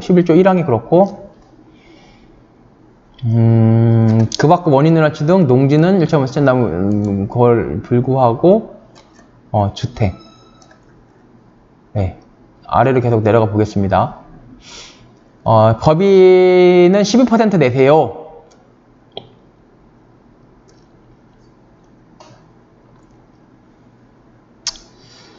법인은 12% 내세우고 1세대 2주택 이건 뭐 중요하죠. 1세대의 의미가 뭔지 이 주택 수의 의미가 뭔지 이게 양도세에서 다르고 1세대 주택수 이거 완전 뜨거운 감자죠. 세대란 그리고 주택수 산정법 세대란 주택수 산정법 이거 두 개가 뜨거운 감자인데요. 종부세마다 다르고 종부세 다르고요. 양도세 다르고 취득세가 달라요. 그러니까는 각각 세금 부동산은 취득할 때 내요. 보유하죠. 보유하면 재산세 종부세 또 처분하죠. 양도세. 이거 뗄래야 뗄 수가 없는데 이 각각 세금에 대해서 세대가 뭔지 또 주택수를 어떻게 계산하는지가 다 달라요. 그래서 많이 헷갈리는데 취득세에서 세대랑 주택수 계산하는 법은 제가 확실하게 설명을 드릴 테니까 일단 취득세에 관한 한 세대랑 주택수는 이러하다 라고 여러분들이 알아두시면 되고요. 이건 제가 여러분들한테 설명드리는 게 아니에요. 엄밀히. 왜? 법에 다 쓰여 있어요. 여러분들이 그냥 읽어보시면 되는데 아무래도 법이라는 게 딱딱하고 하니까 처음 읽으면 뭔 소리인지 모르거든요. 그래서 제가 한번 안내를 해드리는 거예요. 여러분들이 읽어보셔야 돼요. 이거 무슨 온갖 유튜버들 보면 세무사 자격이 있는 분도 계시고 뭐 변호사 자격이 있는 분도 계시고 그렇지만 없는 분들도 많으신데 그런 분들도 굉장히 많이 말씀하시거든요. 틀렸다는 게 아니고요. 그런 말씀도 꼭 들으세요. 들으셔도 이 법을 직접 한번 와서 보세요. 이걸 보셔야 돼요. 이걸 꼭 보셔야지 응용이 가능해요. 그 말만 들어서는 계속 헷갈립니다. 한번 보시죠. 1세대 2주택 대통령령으로 정하는 1세대 2주택은 제외한다. 이것도 뭐 어렵죠. 1세대 2주택에 해당하는 주택으로서 주택법에 따른 조정대상 지역 웬만한 데는 지금 다 조정대상 지역으로 묶였어요. 조정대상 지역에 있는 주택을 취득하는 경우 또는 1세대 3주택에 해당하는 주택으로서 조정대상 외의 지역에 있는 주택을 취득하는 경우 두 번째 집 살 때는 조정대상 지역에 있는 거 살 때만 중과세 하겠다는 거고 세 번째는 조정대상 지역 불문하고 중과세 때리겠다 이 얘기죠. 11조 1항 7호 남목 11조 1항 7호 이 남목 똑같네요. 이게 4%였죠. 표준 세율로 해서 세상 세율의 중과기준 세율 2%죠. 그러면 200%죠? 그러면 4%죠? 4%죠? 더하면 8%죠? 그러니까 1세대 2주택, 조정대상 지역 1세대 2주택이나 조정대상 지역 불문 1세대 3주택은 몇 프로? 8%를 세금으로 내겠다. 그런데 뭔 소리냐? 1세대 2주택 그리고 대통령령으로 정하는 일시적 2주택은 제외한다? 라고 한번 눌러봐요. 대통령령으로 일시적 2주택은 제외한다는데 뭔 소리냐? 그러니까 이런 거예요. 한번 얘기해보면 내가 한 채 갖고 있어요. 근데 또 한 채 샀어요. 근데 이 한 채 산 게 사람이 이사를 가야 되잖아요. 내가 샀어요. 이사 가려고 사놨어요. 근데 불가피하게 1세대 2주택을 갖고 있어요. 이사 가는데 이사를 못 가게 할 수는 없잖아요. 이사 가려고 동시에 갖고 있는데 이거를 물론 팔고 사면 좋은데 사고 파는 경우도 있잖아요. 팔고 확 올라서 못 사면 어떡해요. 그쵸? 그러니까는 사고 파는 경우 이 살 때 이거 있는 채에서 살 때 물론 팔 거지만 일단 샀어요. 그때 이 취득세 중과하는 건 너무 심한 거 아니냐. 그 말도 맞죠. 이사 가지 말란 꼴이니까. 그래서 일시적 사고 팔 때 잠깐 일시적으로 2주택 됐을 때 일시적으로 이때는 이거를 중과세 하지 않겠다. 그 아이디어예요. 일단 한번 읽어볼게요. 법 13조 이거 시행령이죠. 시행령은 원래 법률을 가리킬 때 법이라고 정한다고 그랬어요. 법 13조의 2 제1항 제2호 법 13조의 2 1항 제2호 1항 제2호 여기 있죠. 여기 우리가 지금 본 거 1항 제2호에 따른 대통령령으로 정한 일시적 2주택이란 국내 주택, 조합원 입주권, 분양권, 오피스텔을 한 개 소유한 한 세대가 그 주택, 입주권, 분양권 또는 오피스텔 이하 종전주택 등을 소유한 상태에서 이사, 학업, 취업, 직장 이전 유사한 사유로 다른 1주택 이하 신규주택을 추가로 취득한 후 3년 이내 종전주택 등을 처분하는 경우 해당 신규주택을 말한다. 그러니까 일시적 2주택은 봐준다는 건데 예컨대 이거 사고 이거 샀어요. 여기서 볼 때 이거 갖고 있었어요. 갖고 있었는데 팔고 산 게 아니고 일단 샀다고 그랬죠? 사고 팔라고. 이거가 뭐냐면 주택, 입주권, 분양권, 오피스텔 다 포함한다는 얘기예요. 원래요. 분양권하고 입주권은 주택이 아니에요. 입주권은 내가 입주할 수 있는 권리고 분양권은 내가 분양받을 권리예요. 권리. 아직 분양권 내가 돈 주고 청약하고 분양권 받잖아요. 근데 그때 막 아파트 짓고 있어요. 아파트는 아예 없어요. 그러니까는 분양권은 있지만 아파트는 없잖아요. 따라서 분양권이 아파트가 아니에요. 그냥 권리인데 그래도 여기서 말하면 일시적 2주택이라고는 하지만 이 주택의 범위를 넓혀가지고 주택은 물론이고 입주권, 분양권, 오피스텔 같은 경우도 그냥 다 주택으로 보겠다는 거예요. 그러니까는 분양권 갖고 있는 사람이 또 새로운 아파트를 또 사면 옛날에는 그랬어요. 아야 이거 뭐 주택이 아니고 분양권이잖아. 그러니까는 이 주택이 아니다라고 봤는데 지금은 그냥 분양권도 다 주택으로 봐버리겠다. 이제 그런 얘기입니다. 이 주택 클리언 1세대가 그 주택 입주권, 분양권, 오피스텔을 소유한 상태에서 다른 1주택을 추가로 취득한 후, 추가로 취득했어요. 이거를 3년 이내에 처분을 하면 일시적이라고. 3년이 일시적. 일시적이 얼마큼 일시적이냐. 3년 동안 갖고 있을 수 있게 해주겠다는 거예요. 3년 내에는 적어도 팔아라. 다만, 종전주택, 그러니까 종전에 갖고 있는 거와 신규주택이 모두 조정대상 지역에, 둘 다가 조정대상 지역에 있는 경우에는 1년 내에 팔아라. 그러니까 이거 서울에 집 있고 또 서울에 집 샀어요. 그러면 1년 이내에 팔아야지 많이 취득세 이거 중과하지 않겠다. 그 얘기예요. 1년으로 줄이겠다는 얘기예요. 모두 둘 다. 그리고 또 한 가지 이게 또 많이 헷갈리시는데 뭐냐? 여기까지 이해가 되셨죠? 뭐가 있냐면 신규주택이 조합원 입주권 또는 주택 분양권에 의한 주택이거나 정전주택 등이 조합원 입주권 또는 주택 분양권인 경우에는 신규주택을 포함한다. 그러니까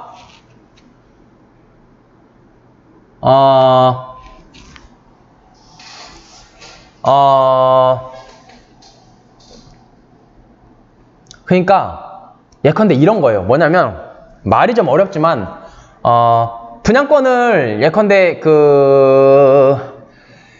아파트 한 개 갖고 있어요. 아파트 한 개 갖고 있는 상태에서 아파트를 한 개 갖고 있는 상태에서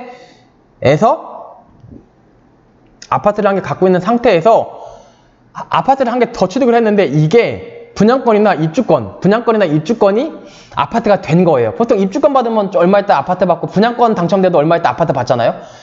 그러니까 신규 주택이 분양받은 주택이에요. 그런 경우에는 이 신규 주택 있죠. 분양받은 주택. 이 분양주택을 처분해요. 이 분양주택을 처분하면 그런 경우에도 이 분양주택이 신규주택 1세대 2주택 요거 취득세 중과세 하지 않겠다는 거예요. 그러니까는 이거 사고 이거 사서 이거 팔면 이거 취득세 중과하지 않겠다는 얘기가 원칙인데 이거 있을 때 이거 받았어요. 이게 근데 하필 입주권이나 분양권을 통해서 받은 주택이에요. 그런 경우에는 얘를 팔아도 이거를 안 팔고 얘를 팔아도 이 주택에 대해서 취득세를 중과하지 않겠다. 그 얘기예요. 그게 신규주택이 입주권 또는 분양권에 의한 주택이거나 종전주택이 입주권 또는 분양주택인 경우에는 신규주택을 포함한다의 의미, 전단의 의미예요. 신규주택이 조합원 입주권 또는 분양주택에 의한 주택일 때에는 이 신규주택을 팔아도 이거는 중과세 하지 않겠다. 그 얘기고. 그럼 이 뒤에 이건 뭐냐? 종전주택이 조합원 입주권 또는 주택 분양권인 경우에는 신규주택을 포함한다. 그러니까 예컨대 종전주택이 조합원 입주권 또는 분양권을 통해서 받은 주택이에요. 종전주택이. 거기서 새로운 아파트를 하나 샀어요. 그러면 1세대 2주택이니까 원래 중과세가 원칙인데 종전주택을 팔면은 중과세 안 하겠다는 거죠. 원래는. 근데 예외적으로 이게 입주권 또는 분양권 통해서 받은 종전주택이 분양권이나 입주권 통해서 받은 주택이에요. 그럴 경우에는 새로 산 주택 그냥 요거를 샀다가 팔아도 종전권 팔지 않고 요거를 팔아도 이 신규주택에 대한 취득세를 중과하지 않겠다. 이제 그 얘기입니다. 이해가 되셨죠? 있는 그대로 해석하시면 돼요. 있는 그대로요. 그리고 1항 적용할 때 조합원 입주권 또는 주택 분양권을 한 개 소유한 세대가 그 조합원 입주권 또는 주택 분양권을 소유한 상태에서 신규주택을 취득한 경우에는 해당 조합원 입주권 또는 주택 분양권에 의한 주택을 취득한 날부터 일시적 2주택 기간을 기산한다. 이 얘기는 뭐냐면요. 제 1항을 적용할 때 한 개 소유한 한 세대가 그 조합원 입주권 또는 분양주택권을 소유한 상태에서 신규주택을 취득한 경우에는 해당 조합원 입주권 또는 분양주택권에 의한 주택을 취득한 날부터 그러니까는 일시적 2주택이라는 게 일시적이라는 게 원칙적으로 3년이고 신규주택, 종전주택 둘 다 서울에 있으면은 조정대상 지역에 있으면 1년이라고 그랬잖아요. 근데 조합원 입주권을 갖고 있는 것도 1주택에 포함된다고 그랬죠. 여기서 적혀있죠. 여기 적혀있잖아요. 조합원 입주권 포함된다고. 그러면 조합원 입주권을 갖고 있어요. 조합원 입주권을 갖고 있다가 이 갖고 있는 상태에서 신규주택을 취득을 했어요. 신규주택을 취득을 하면 원칙적으로 어떻게 돼요? 둘 다 서울에 있으면 이거 취득한 날로부터 1년 이내에 일시적으로 팔아야죠. 팔아야 되는데 이때 이게 입주권이나 분양권 이라면 이거가 이제 주택이 될 거잖아요. 원래 분양권이나 입주권은 얼마 몇 년 있어야 주택이 되죠. 이 주택을 취득한 날로부터 1년 취득한 날 이거 취득한 날로부터 1년 내에 팔 게 아니고 신규주택 산 다음부터 1년 이내에 파는 게 원칙인데 이게 만약 입주권이라면은 신규주택 산 때로부터 1년 이내에 안 팔아도 되고 이게 아파트가 된 다음부터 1년 이내에만 종전주택을 팔면 이거를 중과세 하지 않겠다. 이제 그 얘기입니다. 종전주택에 의한 취득한 날부터 일시적 이주택 기간을 계산한다. 여기 보시면은 추가로 취득한 후 3년 1주택을 취득한 후 3년 이내에 그러니까 원래는 취득한 다음에 원래는 새로운 주택, 신규주택 산 다음에 1년 이내 또는 3년 이내에 팔아야 되는데 이게 입주권인 경우, 종전주택 입주권인 경우에는 이걸 샀다고 해도 이게 주택이 된 다음부터 1년 또는 3년 이내에 요거를 팔면 된다. 이제 그 얘기예요. 네, 이 항이 그 얘기고요. 1항을 적용할 때 정전주택이 도정법에 의한 관리처분 계획을 인가 받은 주택인 경우로서 관리처분 인가 또는 인가 당시에 사업구역에 거주하는 세대가 신규주택을 취득을 해서 그 신규주택으로 이주한 경우에는 이주한 날에 종전주택 등을 처분한 것으로 본다. 이것도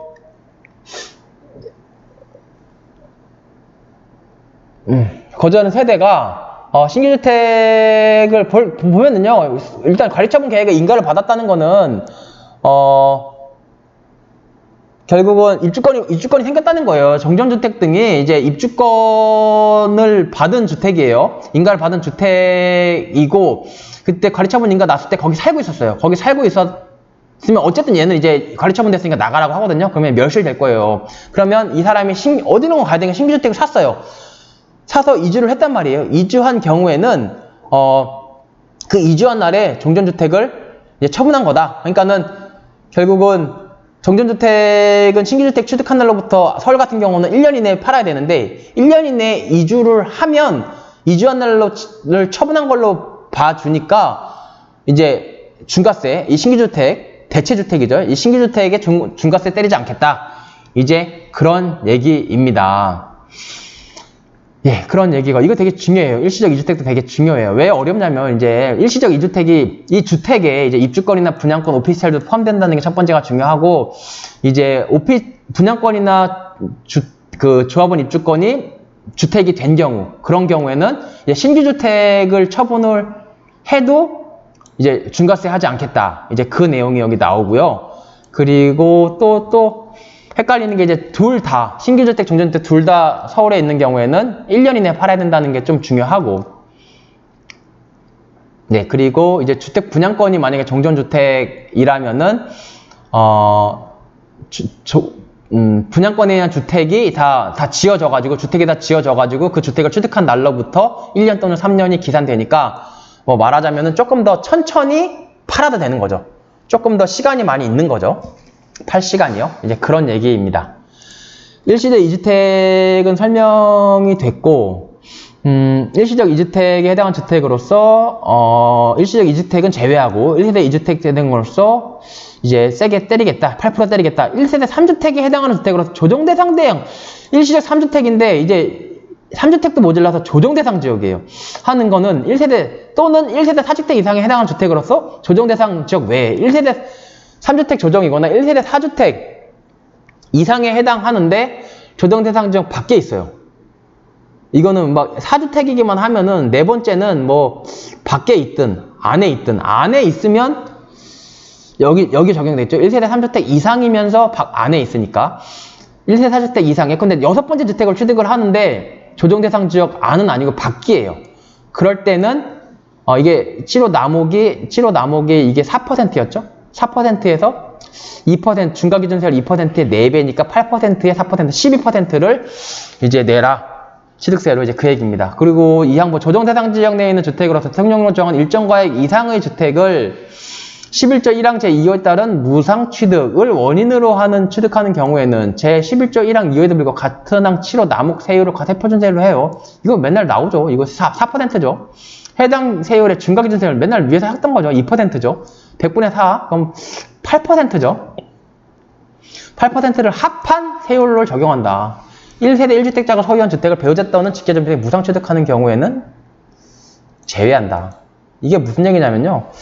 막 증여 취득세 늘어났다고 하잖아요. 이게 그 얘기예요. 그러니까는 증여 취득세 늘어났다고 유튜브에 치면은 뭐 엄청나게 나오는데 그 얘기가 2항 다시 말해서 지방세법 제13조의 2 제2항에 나온 얘기다. 이건 2020년 8월 22일 날 문재인 대통령이 공포한 거다.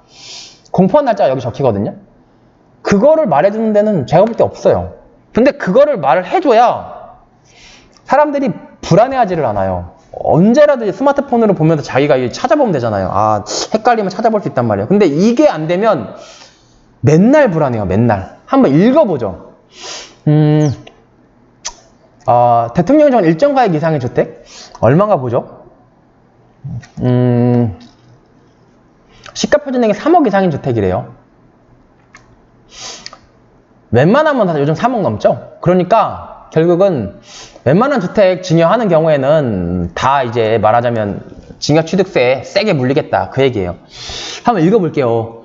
조정 대상 지역 내에 있는 주택으로서 시가표준액 3억 이상의 주택을 11조 1항 2호 11조 제1항 2호 11조 제1항 2호 1호 외의 무상취득이죠. 상속 말고 어머님이 돌아가신 거 말고 증여죠. 증여 11조 1항 2호에 따른 무상취득. 그럼 원래 세율은 얼마죠? 여기 나와 있죠? 1층분 35, 3.5%죠? 근데 무상취득을 원인으로 취득하는 경우, 그러니까 엄마 아빠가 자녀한테 증여하는 경우 제 11조 1항 2호에도 불구하고 2호가 뭐라고 했어요? 3.5%라고 했죠. 3.5%. 3.5%라고 돼 있지만 그 불구하고 실형 남호 세율을 표준세율로 해서 중과기준세율 4배 12% 3.5%가 아니고 12% 세율을 정한다. 그러니까는 엄마 아빠가 예컨대 요즘 무슨 일이 많냐면요. 강남에 보면은 뭐 압구정동에 한 채, 도곡동에 한 채 갖고 있는 집들이 있어요. 그런 집들은 문제는 뭐냐면 연세가 좀 어느 정도 나이가 드시니까 그거를 벌어가지고 종부세 내기가 너무 힘들어요. 종부세가 장난이 아니죠. 그러니까 종부세가 막 1억이 넘게 나오니까 종부세 내다가 볼장 다 본단 말이에요. 도저히 안 돼요. 그러니까 하나를 팔아야 되는데 팔자니 또 양도세가 또 장난이 아니에요. 물론 양도세가 별로 없는 경우도 있어요. 오래 갖고 있으면 10년 보유 10년 거주 이런 경우에는 공제율이 80%니까 양도세가 별로 쫙 줄어드는데 그래도 앞으로 오를 것 같단 말이에요. 그리고 지금 이거를 팔면 다시는 못 살 것 같죠. 그럼 어떻게 해요? 증여를 합니다. 증여를 하는데 문제는 이제 증여를 할 때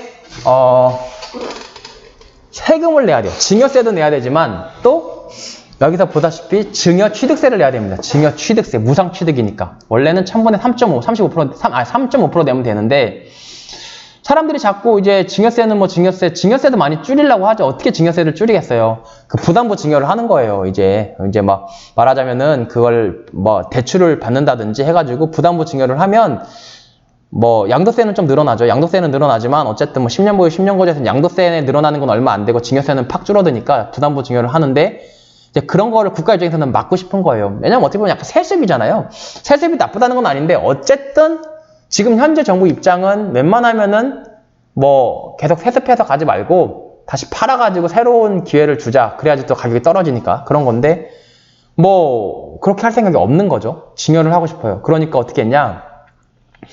증여 취득세율을 12%로 올린 거예요. 3.5%에서 12%가 되니까 거의 3, 4배가 올라가니까 많이 줄어들죠. 증여를 못하게 막는 건데 그러면 다만 1세대 1주택에서 소유한 주택을 배우자 또는 직계전세에서 무상 취득하는 경우 등 대통령이 정하는 경우 이건 무슨 얘기냐면 아까처럼 도곡동에 한 채, 압구정동에 한 채 있는 거 한 채를 자식들한테 줄 때 이럴 때는 증여 취득세를 세게 매기겠지만 한 채만 갖고 있어요. 이런 것도 있어요. 예컨대 압구정동에 아파트 한 채를 아빠도 2분의 1, 엄마도 2분의 1, 또 자식도 아빠는 2분의 1, 엄마는 2분의 뭐 0.9, 딸은 2분의 0.1 이런 식으로 가는 경우도 있거든요. 그거는 1세대 1주택자잖아요. 1세대 1주택자가 소유한 주택을 직계 좀비속 또는 배우자, 딸이나 아들 또는 엄마 아빠한테 무상으로 취득해요. 무상으로 그냥 증여하는 거죠. 증여하는 경우에는 이게 증여긴 증여지만 그냥 3.5% 하겠다. 중과세 하지 않겠다. 이제 그 얘기입니다. 왜냐면 두 채 갖고 있어서 한 채 주는 게 아니고 한 채를 막 나누는 거잖아요. 그러니까 이런 경우는 예외로 하겠다. 이제 그런 겁니다. 그리고 제1항 또는 제2항과 13조 제5항, 이게 13조 5항.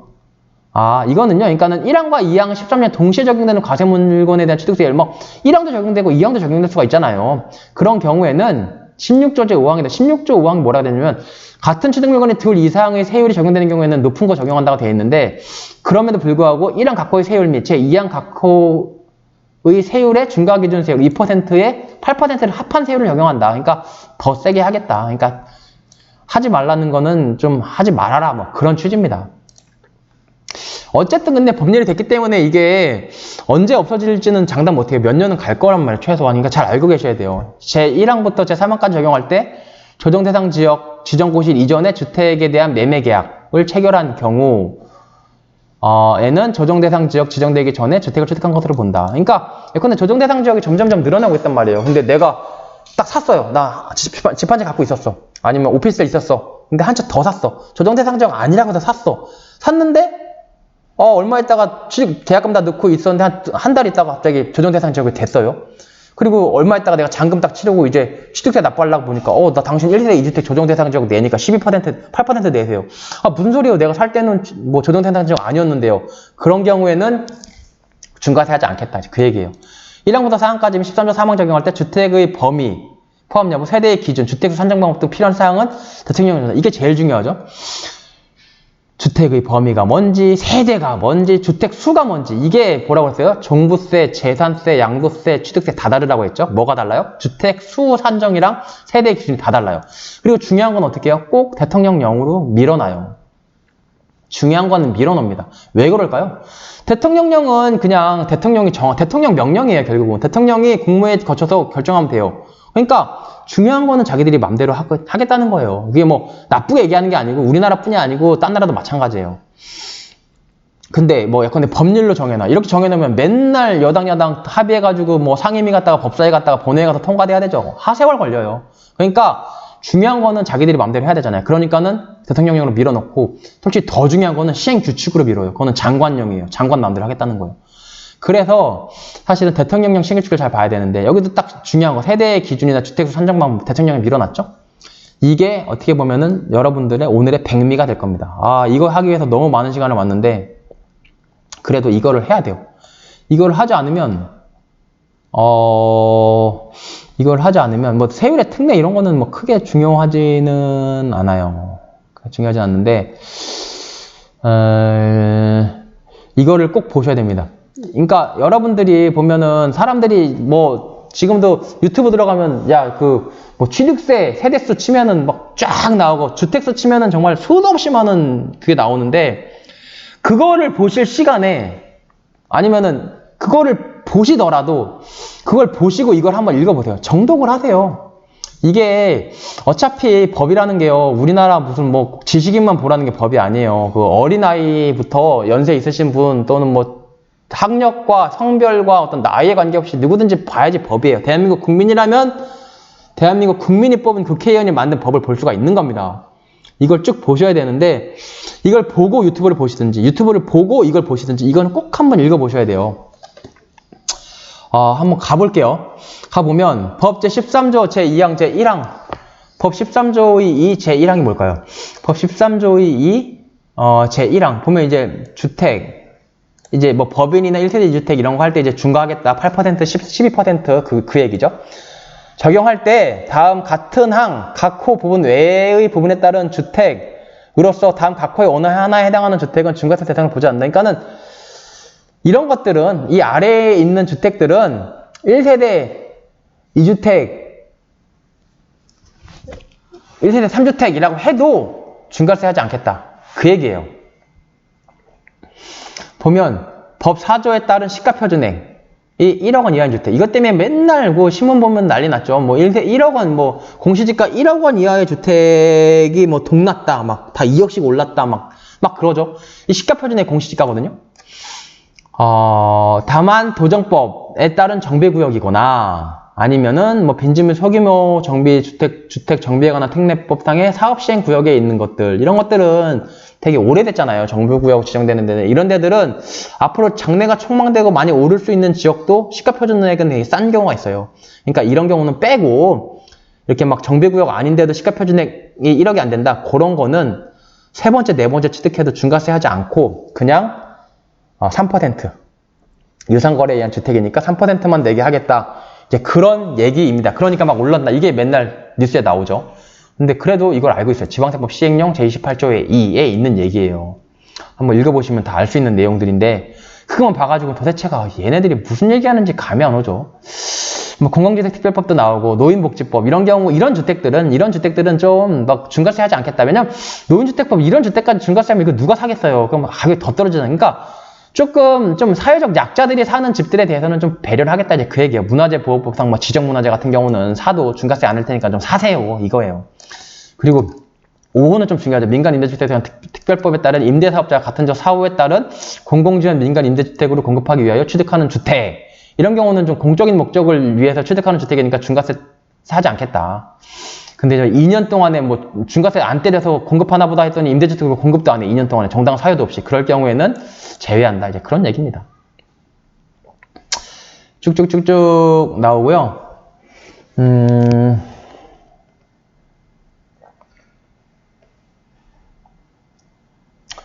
이제 이런 경우들은 계속 봐주겠다, 쭉 나오죠. 지금 1호부터 예외를 쭉 내는 거, 이런 것들은 뭐 몇 개 사도 우리가 중과세 안 할게, 이제 그 얘기를 하고 있는 거예요. 세대 기준 법 제13조 2항 13조 2 제1항부터 4항까지, 이게 뭘까요? 딱 헷갈리는. 13조 2 1항부터 4항까지, 여기 뭐 주택수 많이 하면 1세 3세 쭉 나오죠. 이런 경우에는 중과세 하겠다, 이제 그 얘기예요. 1항부터 4항까지 여기까지. 4항까지는 규정에 따라 적용할 때 1세대란 주택을 취득하는 사람과 주민등록법 제7조에 따른 세대별 주민등록표, 이거 동사무소 가서 떼주는 거 있죠. 주민등록표에 함께 기재되어 있는 가족, 동거인 빼고 가족으로 구성된 세대를 말한다. 그리고 주택을 취득하는 사람의 배우자. 근데 또 이러다 보니까 사람들이 막 배우자나 아들, 딸들을 이 주민등록표에다 같이 안 적어요. 멀리 띄워놓는 거지. 띄워놓으면은 세금이 절대가 되잖아요. 1세대가 아니니까 1세대 2주택일 때만 중과세가 되는데 1세대가 아니니까 1세대 1주택이 되니까 중과세를 안 받거든요. 그러니까 배우자, 누가 봐도 같이 사는 거, 뭐 엄마, 아빠, 뭐 아들, 딸 같이 살잖아요. 그런데도 불구하고 주민등록표를 분리해 놓는 거예요. 그럴 경우에는 또는 막 이혼하는 경우도 있어요. 그러니까 사실혼을 제외하며 법률상 이혼을 해서는 생계를 같이 하는 사실상 이혼한 걸 보기 어려운 관계사를 포함한다. 그러니까 이러한 배우자나 취득일 현재 미혼인 30세 미만의 자녀 또는 부모, 주택을 취득하는 사람이 미혼이가 30세 미만인 경우를 한정한다는 주택에 취득하는 사람과 같은 세대별 주민등록표 또는 기재되어 있지 않던 한 세대에 속한 것으로 본다.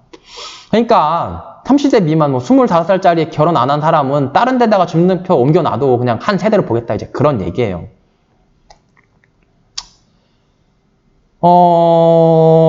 근데 사실은 좀 문제 있죠. 사실 뭐 30세 미만이면은 29세까지인데 29살이면 사실은 완전 성년자죠.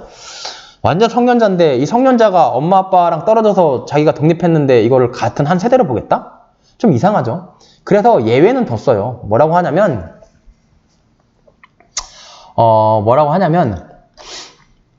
제1항에도 불구하고 다음 각 호의 어느 하나에 해당하는 경우에는 각각 별도의 세대로 본다라고 해서 부모와 같은 세대별 주민등록표에 기재되어 있지 않은 30세 미만의 자녀로서 소득세법 4조에 따른 소득이 국민기초생활보장법 2조 제11호에 따른 중위소득이 40% 이상이고, 그러니까는 한 평균소득, 중위소득, 우리나라 중위소득이 예컨대 한 3천만 원이라고 합시다. 3천만 원에 40%, 1,500만 원. 그러니까 한 1,200만 원만 넘어가고 소유하고 있는 주택을 유지관리, 경제생계를 유지할 수 있는 경우, 예컨대 정상인이다. 뭐 미성년자 경우 정해인데 미성년자거나 막 그러지 않고 장애자거나 막 그러지 않고 정상인이고 소득 또한 1,500만 원 정도 넘어. 그러면 30세 미만에 결혼 안 한 자녀라고 하더라도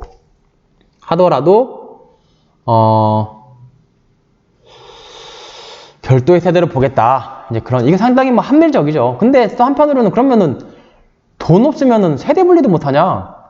돈을 못 벌어도 진짜 아르바이트 해서 생계를 유지하면서도 엄마 아빠랑 독립해서 사는 사람 많죠.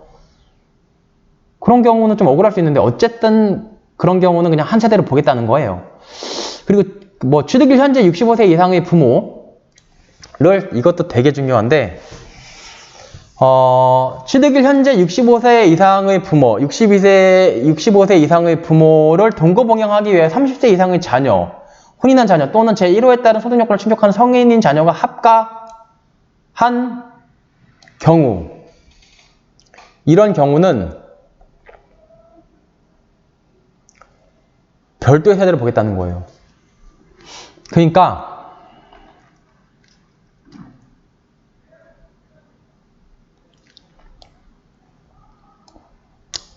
이게 왜 중요하냐면요.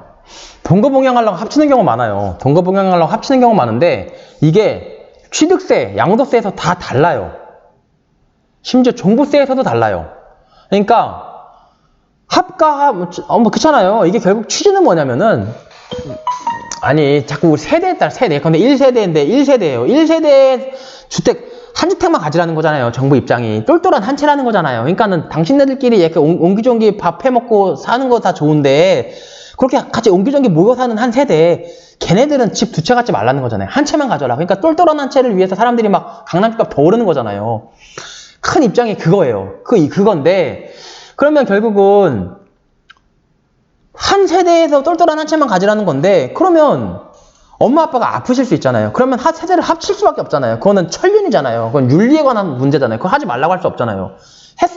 했는데 그러면 원래는 한 채 엄마 아빠도 한 채 살고 있다가 아들 딸도 한 채 살고 있다가 엄마 아빠가 아파서 합쳤어요. 그러면 한 채 한 채 가진 게 1세대가 되면서 2주택이 돼가지고 세금을 그렇게 내라는 건 좀 안 맞잖아요. 그러면 엄마 아빠는 그럼 버리라는 거예요? 아픈데? 안 되잖아요. 그러니까 그런 경우에는 각각 별도의 세대로 해서 세법상 불이익을 주지 않겠다는 게 큰 취지예요.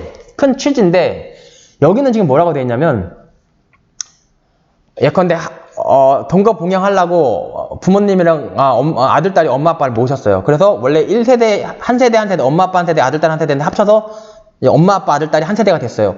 이 상태에서 엄마 아빠 당연히 한 채 있었죠? 한 채 있었는데 이 아들, 딸이 한 채를 추가로 매입을 해요. 취득을 해요. 이럴 때 취득을 현재 65세 이상의 부모를 동거봉양의 30세 이상의 자녀가 합가한 경우에는 1세대 3주택 또는 1세대 2주택으로 보지 않고 엄마 아빠도 별도니까 1세대 1주택이고 아들, 딸도 별도로 봐서 1세대 1주택으로 봐서 중과세 하지 않겠다는 거예요. 그러니까는 쉽게 말하면 이거죠. 엄마 아빠 한 채 있고 아들, 딸이 한 채 있을 때 합친 경우에 아들, 딸이 한 채 더 샀어. 그럴 경우에는 별도의 세대로 봐서 아들, 딸이 1세대 2주택 중과세만 맞으라는 거고 엄마 아빠 한 채가 있고 아들, 딸 한 채도 없다가 둘이 합쳐갖고 1세대 1주택 상태에서 한 채 더 사면 별도의 세대니까 아들, 딸이 1세대 1주택으로 봐서 그냥 3%만 내라. 그 얘기예요. 그런데 아까 뭐 양도세랑 다르다는 건 뭔 얘기냐? 양도세는요. 엄마 아빠 한 채 갖고 있고 아들, 딸이 한 채 갖고 있고 이 상태에서 합침으로써 1세대가 되면서 2주택이 돼 있는 경우에만 합친 날로부터 5년 안에 팔면은 1세대 1주택 혜택을 주겠다는 거예요. 그러니까 엄마 아빠가 한 채 갖고 있고 아들, 딸이 합쳐서 1세대 1주택인 상태에서 또 한 채를 샀어요. 아들, 딸이. 그 상태에서 한 채로 산 거를 팔면은 양도세 혜택을 주지 않겠다는 거지. 그러니까 아들, 딸 한 채, 엄마, 아빠 한 채, 아들, 딸 한 채 합쳐서 1세대 2주택이 되는 경우에만 양도세는 혜택이 있고 그게 아니고 엄마, 아빠는 한 채 있었지만 아들, 딸은 없었어. 합쳤어요. 그래서 1세대 1주택이 됐는데 아들, 딸이 그 이후에 한 채를 샀어요. 그때 이거 한 채 산 거를 팔 때는 양도세는 절세 혜택을 주지 않고 1세대 2주택으로 보겠다는 거예요. 근데 이거는 좀 다르죠. 이거는 아들, 딸이 없고 엄마, 아빠 한 채 갖고 있다가 합친 다음에 아들, 딸이 한 채 더 사도 취득세는 중과세 하지 않겠다는 거예요. 그러니까 약간 달라요. 제가 말씀드린 거 생각해 보시면 충분히 이해가 되실 겁니다. 그래서 이것도 상당히 좀 많이 사람들이 궁금해 하시는 부분인데 이거예요. 동거봉양. 그리고 취약 또는 근무상 형편 등으로 세대원 전원이 91년 출력하는 경우로서 주민등록법 본문에 따라 해당 세대가 출력할 후에 출력할 거주지 다른 가족의 주소로 신고한 경우, 이런 경우는 당연히 별도의 세대죠. 이거는 불가피하게 다 외국에 있으면서 이제 법 때문에 형식적으로 주민등록 전입신고만 해놓은 거니까 당연히 별도의 세대가 되는 거고요. 이게 주택수의 산정 방법이라고 되어 있는데요. 법 13조 2, 13조 2, 1항 제2호, 13조 2, 1항 제2호. 1세대 2주택이죠. 2호 및 3호. 3호 뭐예요? 1세대 3주택 또는 1세대 4주택이죠. 2항 3호를 적용할 때 세율 적용 기준되는 1세대의 주택수는 주택 취득일 현재 취득하는 주택을 포함하여 1세대가 국내에 소유하고 있는 주택 제13조의 3 제2호 13조의 3 제2호 13조의 3 13조의 3 제2호 2호에 따른 조합원 입주권 같은 조 3호에 따른 주택 분양권 같은 조 3호에 따른 주택 분양권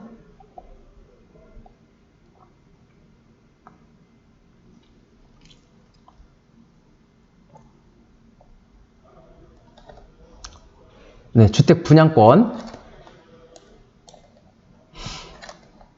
주택을 포함해서 새로 사는 거 포함해서 1세대가 국내에 소유하고 있는 주택 또는 조합원 입주권, 주택 분양권이 같은 조 4호에 따른 오피스텔, 여기 오피스텔 있죠? 오피스텔의 수를 말한다. 주택 수는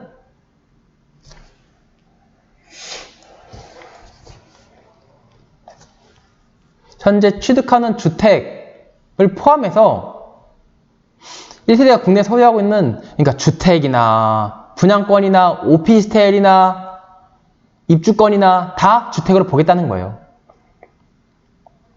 그러니까는 옛날에는 아까 말씀드렸지만 입주권이나 분양권은 주택이 아니에요. 그거는 그냥 권리예요, 권리. 주택이라는 건 물건이잖아요. 막 눈에 보이잖아요. 주택. 우리가 들어가서 엘리베이터 타고 올라가고 그 주택이 아니고 그 주택에 들어갈 수 있는 권리니까 원래 주택수가 산입이 안 되는 게 맞는데 이런 경우 넓혀가지고 오피스텔이나 입주권 분양권도 주택 수에 포함을 시키겠다. 이 경우 조합원 입주권 또는 조합원 분양권에 의해 취득하는 주택의 경우에는 조합원 입주권 또는 주택 분양권의 취득일을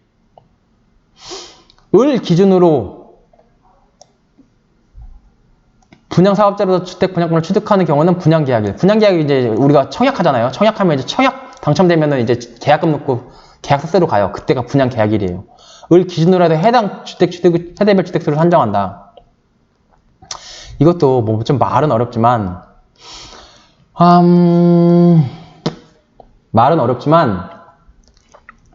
일단 핵심은 주택수에는 주택이 아닌 분양권과 입주권, 오피스텔 이것도 다 포함된다는 거예요. 일단 포함이 되는 거고 입주권, 오피스텔 및 오피스텔 수를 만다. 이 경우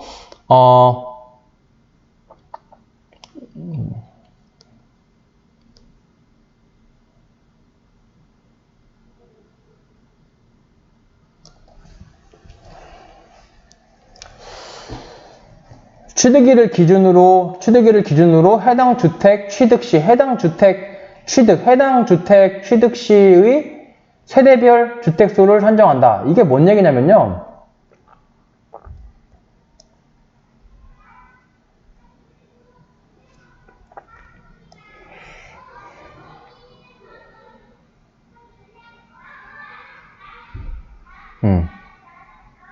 그러니까 예컨대 조합원 입주권이나 주택 분양권 같은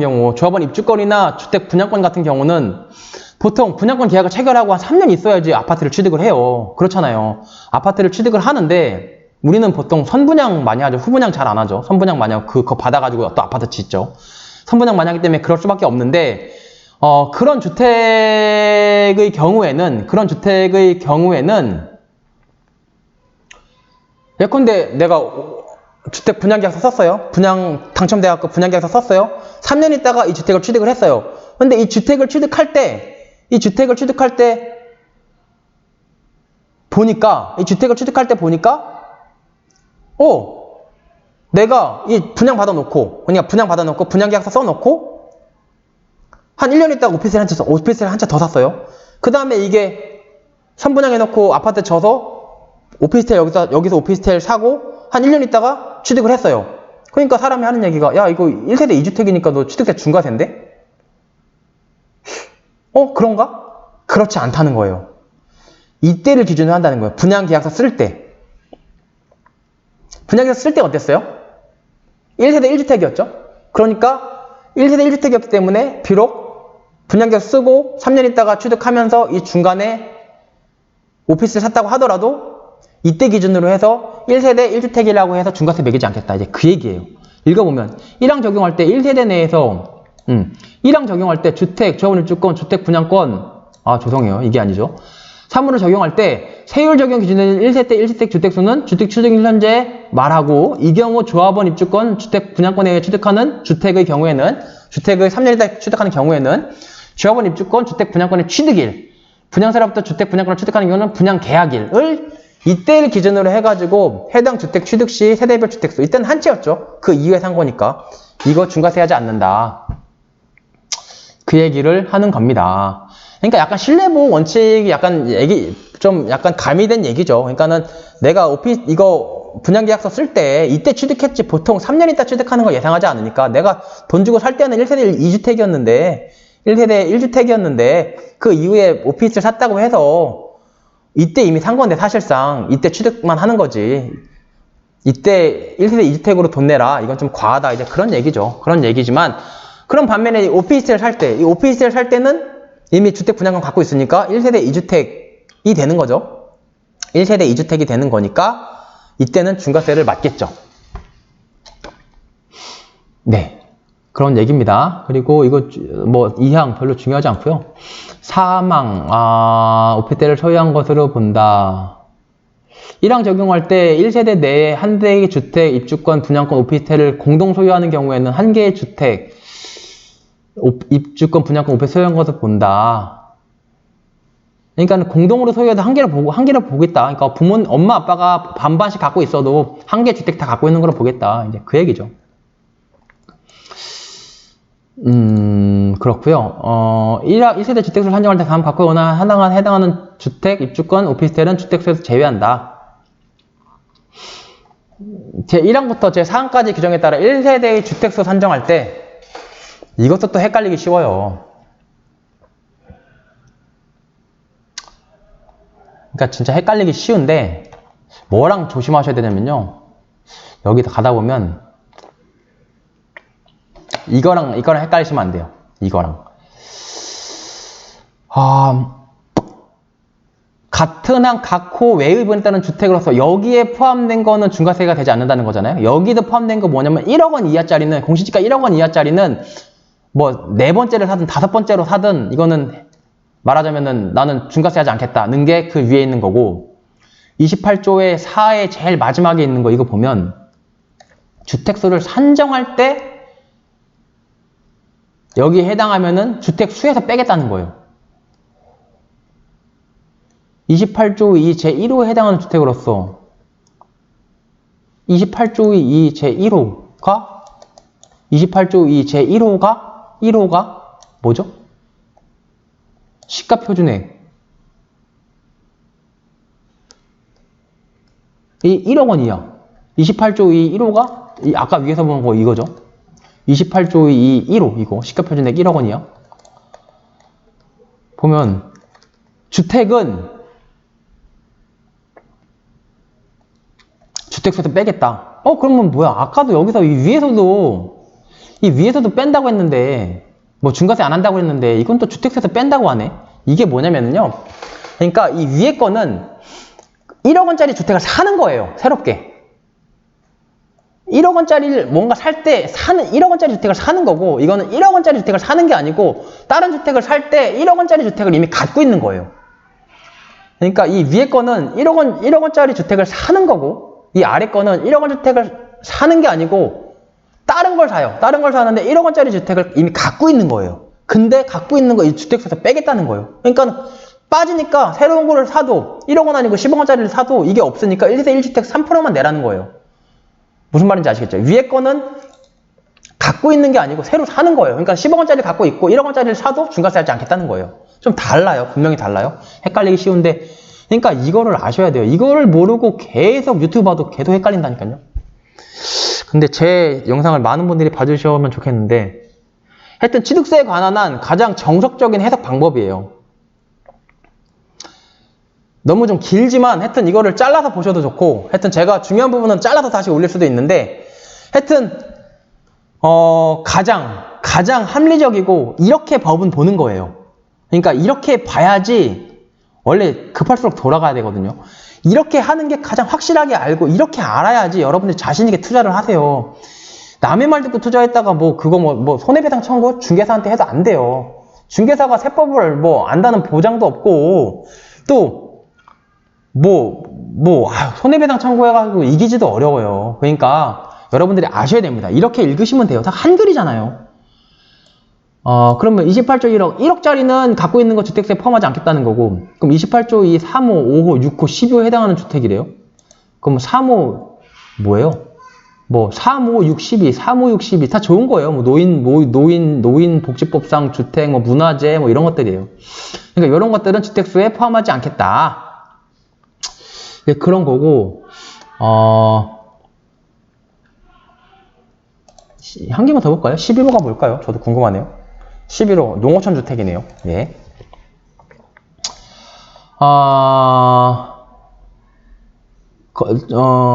신축하여 주거용 1항부터 3까지 다음 각각 어느 하나에 해당하는 주택은 뺀다. 이것도 뺀다는 건데요. 산업 표준 분류에 따른 주거용 건물, 건설업을 영위하는 자가 신축하여 보유하는 주택. 그러니까 아직 미분양됐다. 그럼 미분양 주택 갖고 있잖아요. 그런 거 얘기하는 거예요. 근데 자기 또는 임대차 계약 불문하고 타인이 거주한 지 1년 이상의 주택 제외합니다. 미분양 주택이면 가만히 갖고 있어야지 또 팔아먹었거나 누구한테 임대 줬어요. 그런 경우는 이거는 주택수에 포함하겠다. 이제 그런 얘기죠. 상속 원인으로 취득한 주택, 입주권, 분양권, 오피스텔로서 상속 개시일로부터 5년이 지나지 않는 주택, 오피스텔. 이것도 중요하겠죠.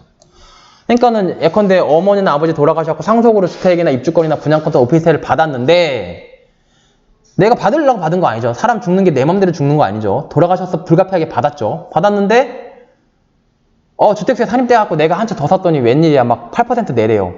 그렇지 않겠다는 거예요. 돌아가신 날로부터 5년까지는 한 채 더 사도 그냥 1세대 1주택으로 봐가지고 상속주택, 상속받은 거는 포함하지 않겠다. 주택수에 계획입니다. 주택수 산정일 현재 법 4조에 따른 시가표준액이 1억 원 이하인 오피스텔. 오피스텔 1억 원이 앞에서 한 거 아니냐. 이거는 이제 주택이고 1억 원 이하인 오피스텔. 그러니까 1억 원 이하인 오피스텔도 사면은 주택수에 포함 안 되니까 한 채 더 사도 이제 취득세를 중과받지는 않는다. 근데 언제예요? 1억 원 이하여야 돼요. 1억 원 이하짜리 오피스텔도 요즘 흔치가 않습니다. 그러면 주택 수도 됐어요. 세대가 뭔지도 봤어요. 이제 중요한 거, 정말 중요한 거 다 하신 거예요. 다 하신 거고, 그럼 이제 중요하지, 비교적 안 중요한 것들 한번 넘어가 보죠. 이거 되게 중요하죠. 그리고 또 까먹을까봐, 2020년 8월 10일이잖아요. 쭉 내려가 보시면, 항상 적용보면 부칙을 꼭 봐야 돼요. 세법은 부칙의 생명이에요. 2020년 8월 18일이었죠? 여기 보시면 이게 나와. 2020년 12월 29일, 2020년 이게 말하자면 문재인 대통령이 공포한 날짜가 이거예요. 8월 12일 쭉쭉 찾아보시면 여기 있네요. 이 법은 공포한 날부터 시행한다. 그러니까 공포는 언제 했어요? 12일 날부터 시행한다는 거예요. 근데 103조 이건 취득세랑 관계없는 것들이에요. 그리고 시행한 납세무 성립하면서 취득세 같은 거 언제 납세무 성립해요? 취득하면 성립하죠. 취득하면 언제 취득해요? 잔금 다 내면은 취득세 납세무 성립한다고 했죠. 그럼 시행이 언제 하니가 중요한데 여기 나오네요. 주택수 판단의 범위에 관한 적용례. 13조 3 제2호부터 4호까지 개정 규정은 이 법 시행 이후 조합원 입주권, 주택 분양권, 오피스텔을 취득하는 분부터 적용한다. 주택수의 판단 범위 13조의 3, 2호부터 4호, 13조의 3, 2호부터 4호, 13조의 3, 2호부터 4호 올라가 보면 13조의 3, 2호부터 4호. 그러니까 주택수에 결국 입주권, 분양권 이런 것도 주택수에 넣겠다는 거잖아요. 근데 그건 언제부터 하겠대요? 주택수에다 넣겠다는 그거는 이 법 시행 후 취득하는 것부터 적용하겠대요. 그러니까 언제 시행해요? 공판날부터 시행하잖아요. 2020년 8월 12일부터 취득 시행하잖아요. 그러니까 2020년 작년 8월 12일 이전에 산 거 있잖아요. 이전에 산 것, 이전에 산 입주권, 이전에 산 분양권, 이전에 산 오피스텔은 주택수에 안 내겠다는 거예요. 근데 이제 8월 12일, 작년 8월 12일 이후에 산 거는 주택수에 넣겠다는 거예요. 그러니까는 예컨대 2017년대 오피스텔 갖고 있다. 이런 사람들은 주택수에 산입이 안 되니까 한 채 더 사도 1세대 1주택 취득세만 내면 돼요. 그러니까 먼저 산 사람이 갑이죠. 그러니까 이런 게 뭐 실내보호 원칙상 납득은 되는데 그럼 뭐 무조건 오르기 전에 먼저 사야 되는 거예요. 그러니까는 먼저 살수록 좋아요. 그러니까 법이 말해주고 있어요. 먼저 살수록 좋다. 먼저 살수록 좋다. 그럼 지금 먼저 사면 오늘이 제일 빠른 날이잖아요. 그럼 오늘 사는 게 제일 좋냐? 법에서는 그래요. 법에서는 오늘 살수록 오늘 사는 게 제일 좋아요. 그리고 이거 양도소득분 지방소득세니까 이거는 뭐 다른 얘기고요. 양도소득에 대한 지방소득세 이것도 취득세랑 관계없는 거고요. 여기 나오네요. 법인의 주택 취득 등 중과에 대한 경과규칙 13조 2항 및 13조 2 개정 규정을 적용할 때 법인 및 국내 1주택, 주택을 1개 이상 소유하고 있는 세대가 2020년 7월 10일 이전에 주택에 대한 매매 계약을 체결한 경우에는 그 계약 체결한 당사자의 해당 주택의 취득에 대해 종전 규정을 적용한다. 계약금을 지급한 사실이 확인되는 경우에 한정한다. 13조 2항 및 13조 2항 및 13조 2는 뭐죠? 13조 2항 및 13조 2 13조 2항 및 13조 2 13조 2항 13조 2항. 이거는 뭐 과밀 억제권역이니까 13조의 2는 뭐죠? 뭐 이제 법인이 사거나 1주택, 2주택 되면은 막 중과 받는 거죠. 그런 것들은 어떻게 한대요? 이것도 막 말이 많았죠. 어떻게 되는지 막 다들 몰라가지고 막 큰일 났다 막 이랬는데 개정 규정을 적용할 때 국내에 주택을 한 개 이상 소유하고 있는 한 세대가 왜냐면 1세대, 2주택, 2주택 때부터 이제 중과를 하니까 내가 1세대를 갖고 있어요. 이미 갖고 있어요. 이 사람들이 큰일 났죠. 이미 갖고 있는데 막 이 법이 작년에 막 7월 10일 대책에 의해서 막 나온다고 하니까 나 주택 갖고 있는데 진짜 지금 나 주택 갖고 있고 또 하나 이미 계약을 해놨는데 그러면 나는 이거 이제 취득세 중과되는 거 아니야? 막 말이 많았죠. 한 개 이상 소유하고 있는 1세대가 7월 10일 날 발표를 했잖아요, 우리가. 7월 10일 날 이전에 매매 계약을 체결을 하고 또는 분양 계약을 체결을 하고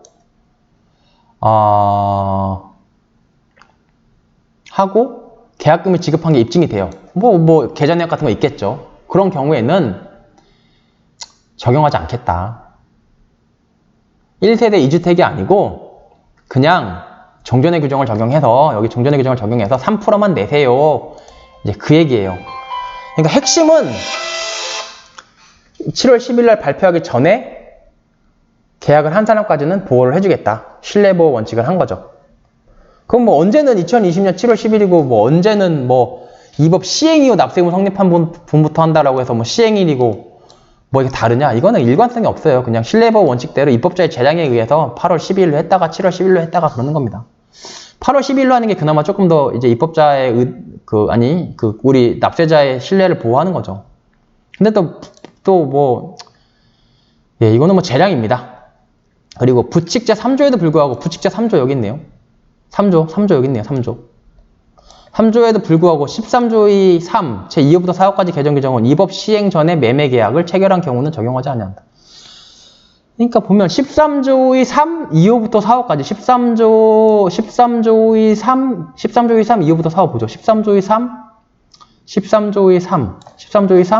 2호부터 4호까지 뭐 오피스텔, 입주권, 분양권이네요. 네, 13조의 3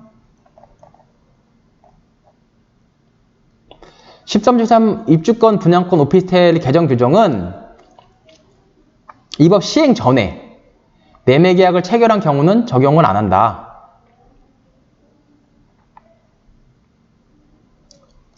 3조에 보면요. 13조의 3, 2호부터 4호까지는 이 법 시행 이후에, 시행이 언제? 8월 12일 이후에 취득을 하면 주택수에 산입하겠다는 거잖아요. 13조의 3, 2, 5, 4, 5가 주택수죠. 13조의 3, 2, 5, 4, 5가 주택수잖아요. 주택수에 가산한다. 그러니까 무슨 문제가 생기냐면요. 이런 문제가 생겨요. 뭔 문제가 생기냐. 계약은 시행일 전에 해요. 오피스텔, 입주권, 분양권, 계약은 시행일인 8월 12일 전에 했어요. 근데 잔금 치르고 취득할 때 보니까는 8월 10일이 넘었어요. 근데 93조에 보니까 이 법 시행 이후 취득하는 분부터는 주택수에 넣는데요. 아, 그럼 나 모르고 계약했는데 뭔 소리냐. 이거 계약은 8월 10일 전에 다 했는데 갑자기 잔금 때문에 8월 10일 이후에 잔금 치고 취득해가지고 나는 그럼 주택수에 포함되냐. 나 억울하다. 몰랐다. 라고 하니까 그래, 그러면 3조에 불구하고 이 법 시행 전에 8월 10일 전에 만약에 너 계약하고 다 돈 다 넣고 했으면은 너희까지는 주택수에 산입하지 않게 해줄게. 이제 그런 얘기예요. 그런 얘기입니다. 그러면 아무래도 불만이 없겠죠. 그러니까 신뢰보호 원칙 때문에 이렇게 하고 있는 거예요. 이 내용이면 이게 전부예요.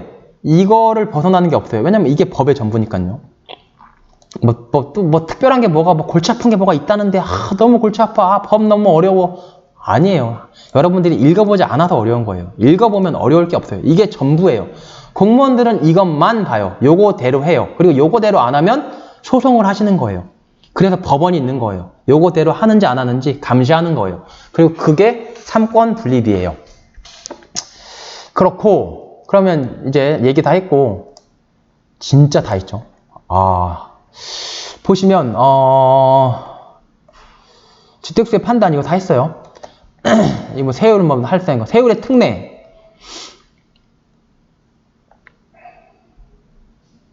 보면 환매 등기, 상속, 지방세 특례제한법, 공유물 분할, 건축물 이전, 민법, 그 밖에 형식적인 취득. 그러니까는 형식적인 취득이 있어요. 취득인데 취득이 아닌 거, 신탁 등기, 환매 등기 이런 것들은 조금 빼주겠다는 거예요. 특별히 이게 다 막 돈 주고 사는 완전 취득이랑 좀 다르니까 100분의 50을 곱한 세율을 적용한다. 50% 정도 절감해주겠다. 이제 그 얘기입니다. 그 얘기고, 다음 각각 원화에 해당하는 취득에 대한 취득세는 중과기준세 적용을 사용해야 한다. 네, 이것도 부동산에 관한 건 아니에요. 부동산에 관한 거는 거의 없어요. 거의 없고 그냥 크게 중요하진 않습니다.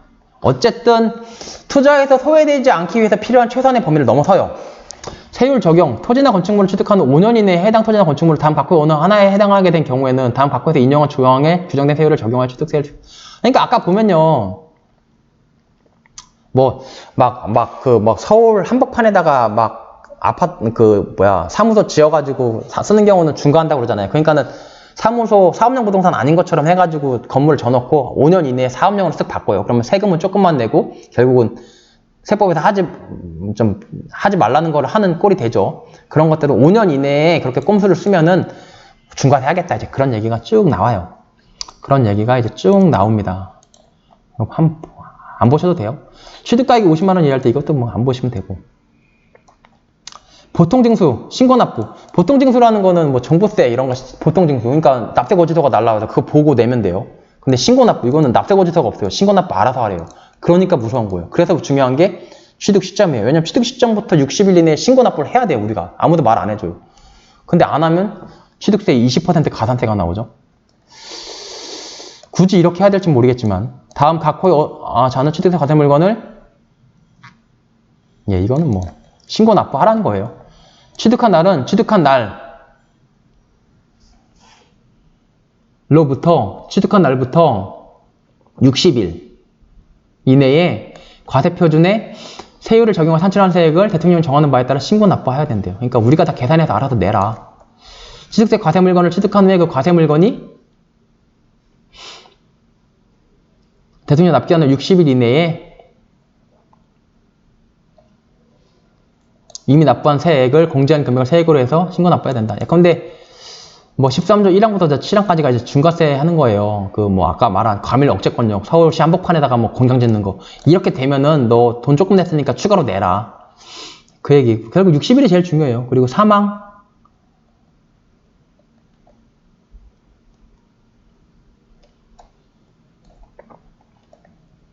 보실 필요 없고요. 신고기간 이내에 재산권과 공부 등기하거나 등록. 그러니까 이것도 뭐 중요하진 않은데 당연한 거예요. 그러니까는 우리가 아파트 살 때 법무사한테 등기 맡기잖아요. 그러면 등기소에 가면은 꼭 취득세 영수증을 갖고 오라고 그래요. 아직 뭐 잔금도 안 내는데 왜 취득세 영수증이요? 아예 이런 말 안 통하고 어떻게 되냐면 신고납부 60일 기간 내에 재산권과 그 밖의 권리를 뭐 공부상에 등기하잖아요. 등기하거나 등록하는 경우에는 등기한 날까지 취득세를 이미 내야 돼요. 안 그러면 등기를 안 받아줘요. 그 얘기를 하고 있는 겁니다. 그럼 부족세액, 추징 가산세. 산출한 세액 또는 부족세액에 지방세 기본법에 가산세가 있거든요. 가산세를 보통징수의 방법. 아까 신고납부가 아니고 보통징수죠. 그러니까 고지서가 날라와요. 20조에 의한 신고납부를 다 하지 않은 경우. 53조에 50조 조금만 봐볼까요? 여기 보면 좀 무시막지하죠. 100분의 20의 금액을 가산세를 부과한다. 양도세가 이 정도는 아니에요. 지방자치단체가 걷어가는 세금이 가산세가 더 심해요. 네, 블러블러 해서. 그리고 또 하나 있죠. 일시적 2주택, 아까 우리 일시적 2주택 했죠. 1세대 2주택 할 때. 근데 취득일로부터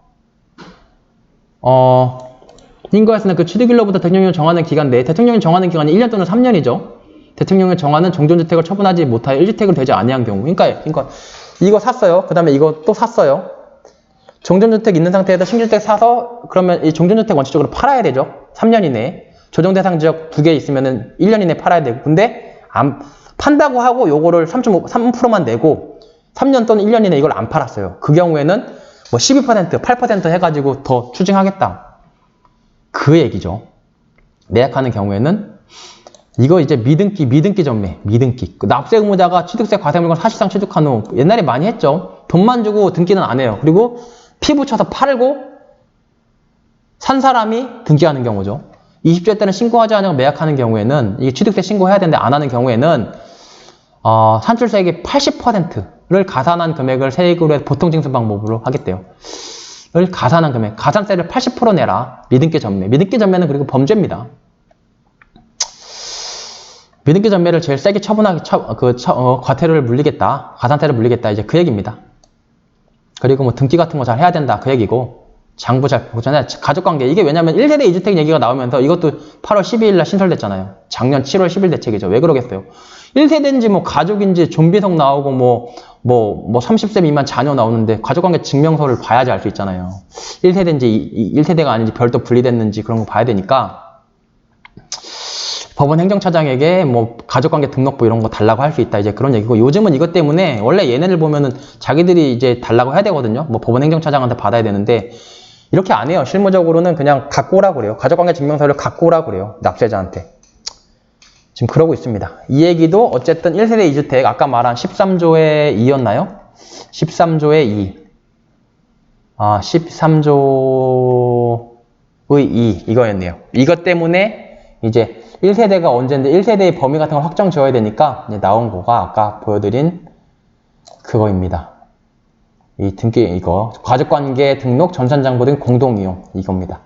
네, 그러면 이쯤 되면 취득세의 전부를 다 한 거고요. 이것만 확실하게 알고 있으면 이제 취득세 헷갈리실 게 없어요. 그리고 헷갈리시면은 이 영상을 한번 보시고 그 다음부터는 꼭 한번 이 국가법령정보센터 여기 보시면 이것도 있어요. 보면 이렇게 앱도 있거든요.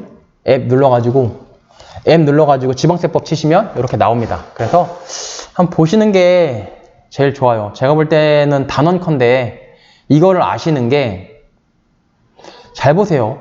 조선시대 토지제도를 우리가 다 알아요. 수능 공부한 친구를 보면 조선시대 토지제도 문제 꼭 한두 문제 나오죠. 국사가 12문제, 저 때 국사가 12문제 나왔거든요. 근데 조선시대 토지 문제가 한 3문제 나와요. 많이 나오기는. 국사가 진짜 신석기, 구석기 시대 때부터 시작해서 현대사까지 진짜 범위가 엄청나죠. 근데 토지제도, 조선시대 토지제도만 3문제가 나오면 4분의 1이 나오는 거예요. 그래서 조선시대 토지제도 무슨 저 기억 잘 안 나면 대동법 어떻고 뭐 병작 반수는 어떻고 막 그런 거 다 배워요. 그거는 배우면서 지금 먹고 살아야 되죠. 먹고 사는데 이거 취득세를 몰라요. 병작 반수는 알아요. 병작 반수가 뭐예요? 세금으로 반을 뜯어가는 게 병작 반수예요. 그때 당시 세금으로 반을 뜯어가는 건 아는데 지금 우리가 소유하는 땅에 대해서 취득세를 얼마를 뜯어가는지를 모른다는 거는 이거는 먹고 사는 문제입니다. 그래서 조선시대 토지제도는 아는 분들이 이것도 꼭 알았으면 하는 바람이 진짜 크고요. 그럼 이만 줄일게요. 네, 고맙습니다.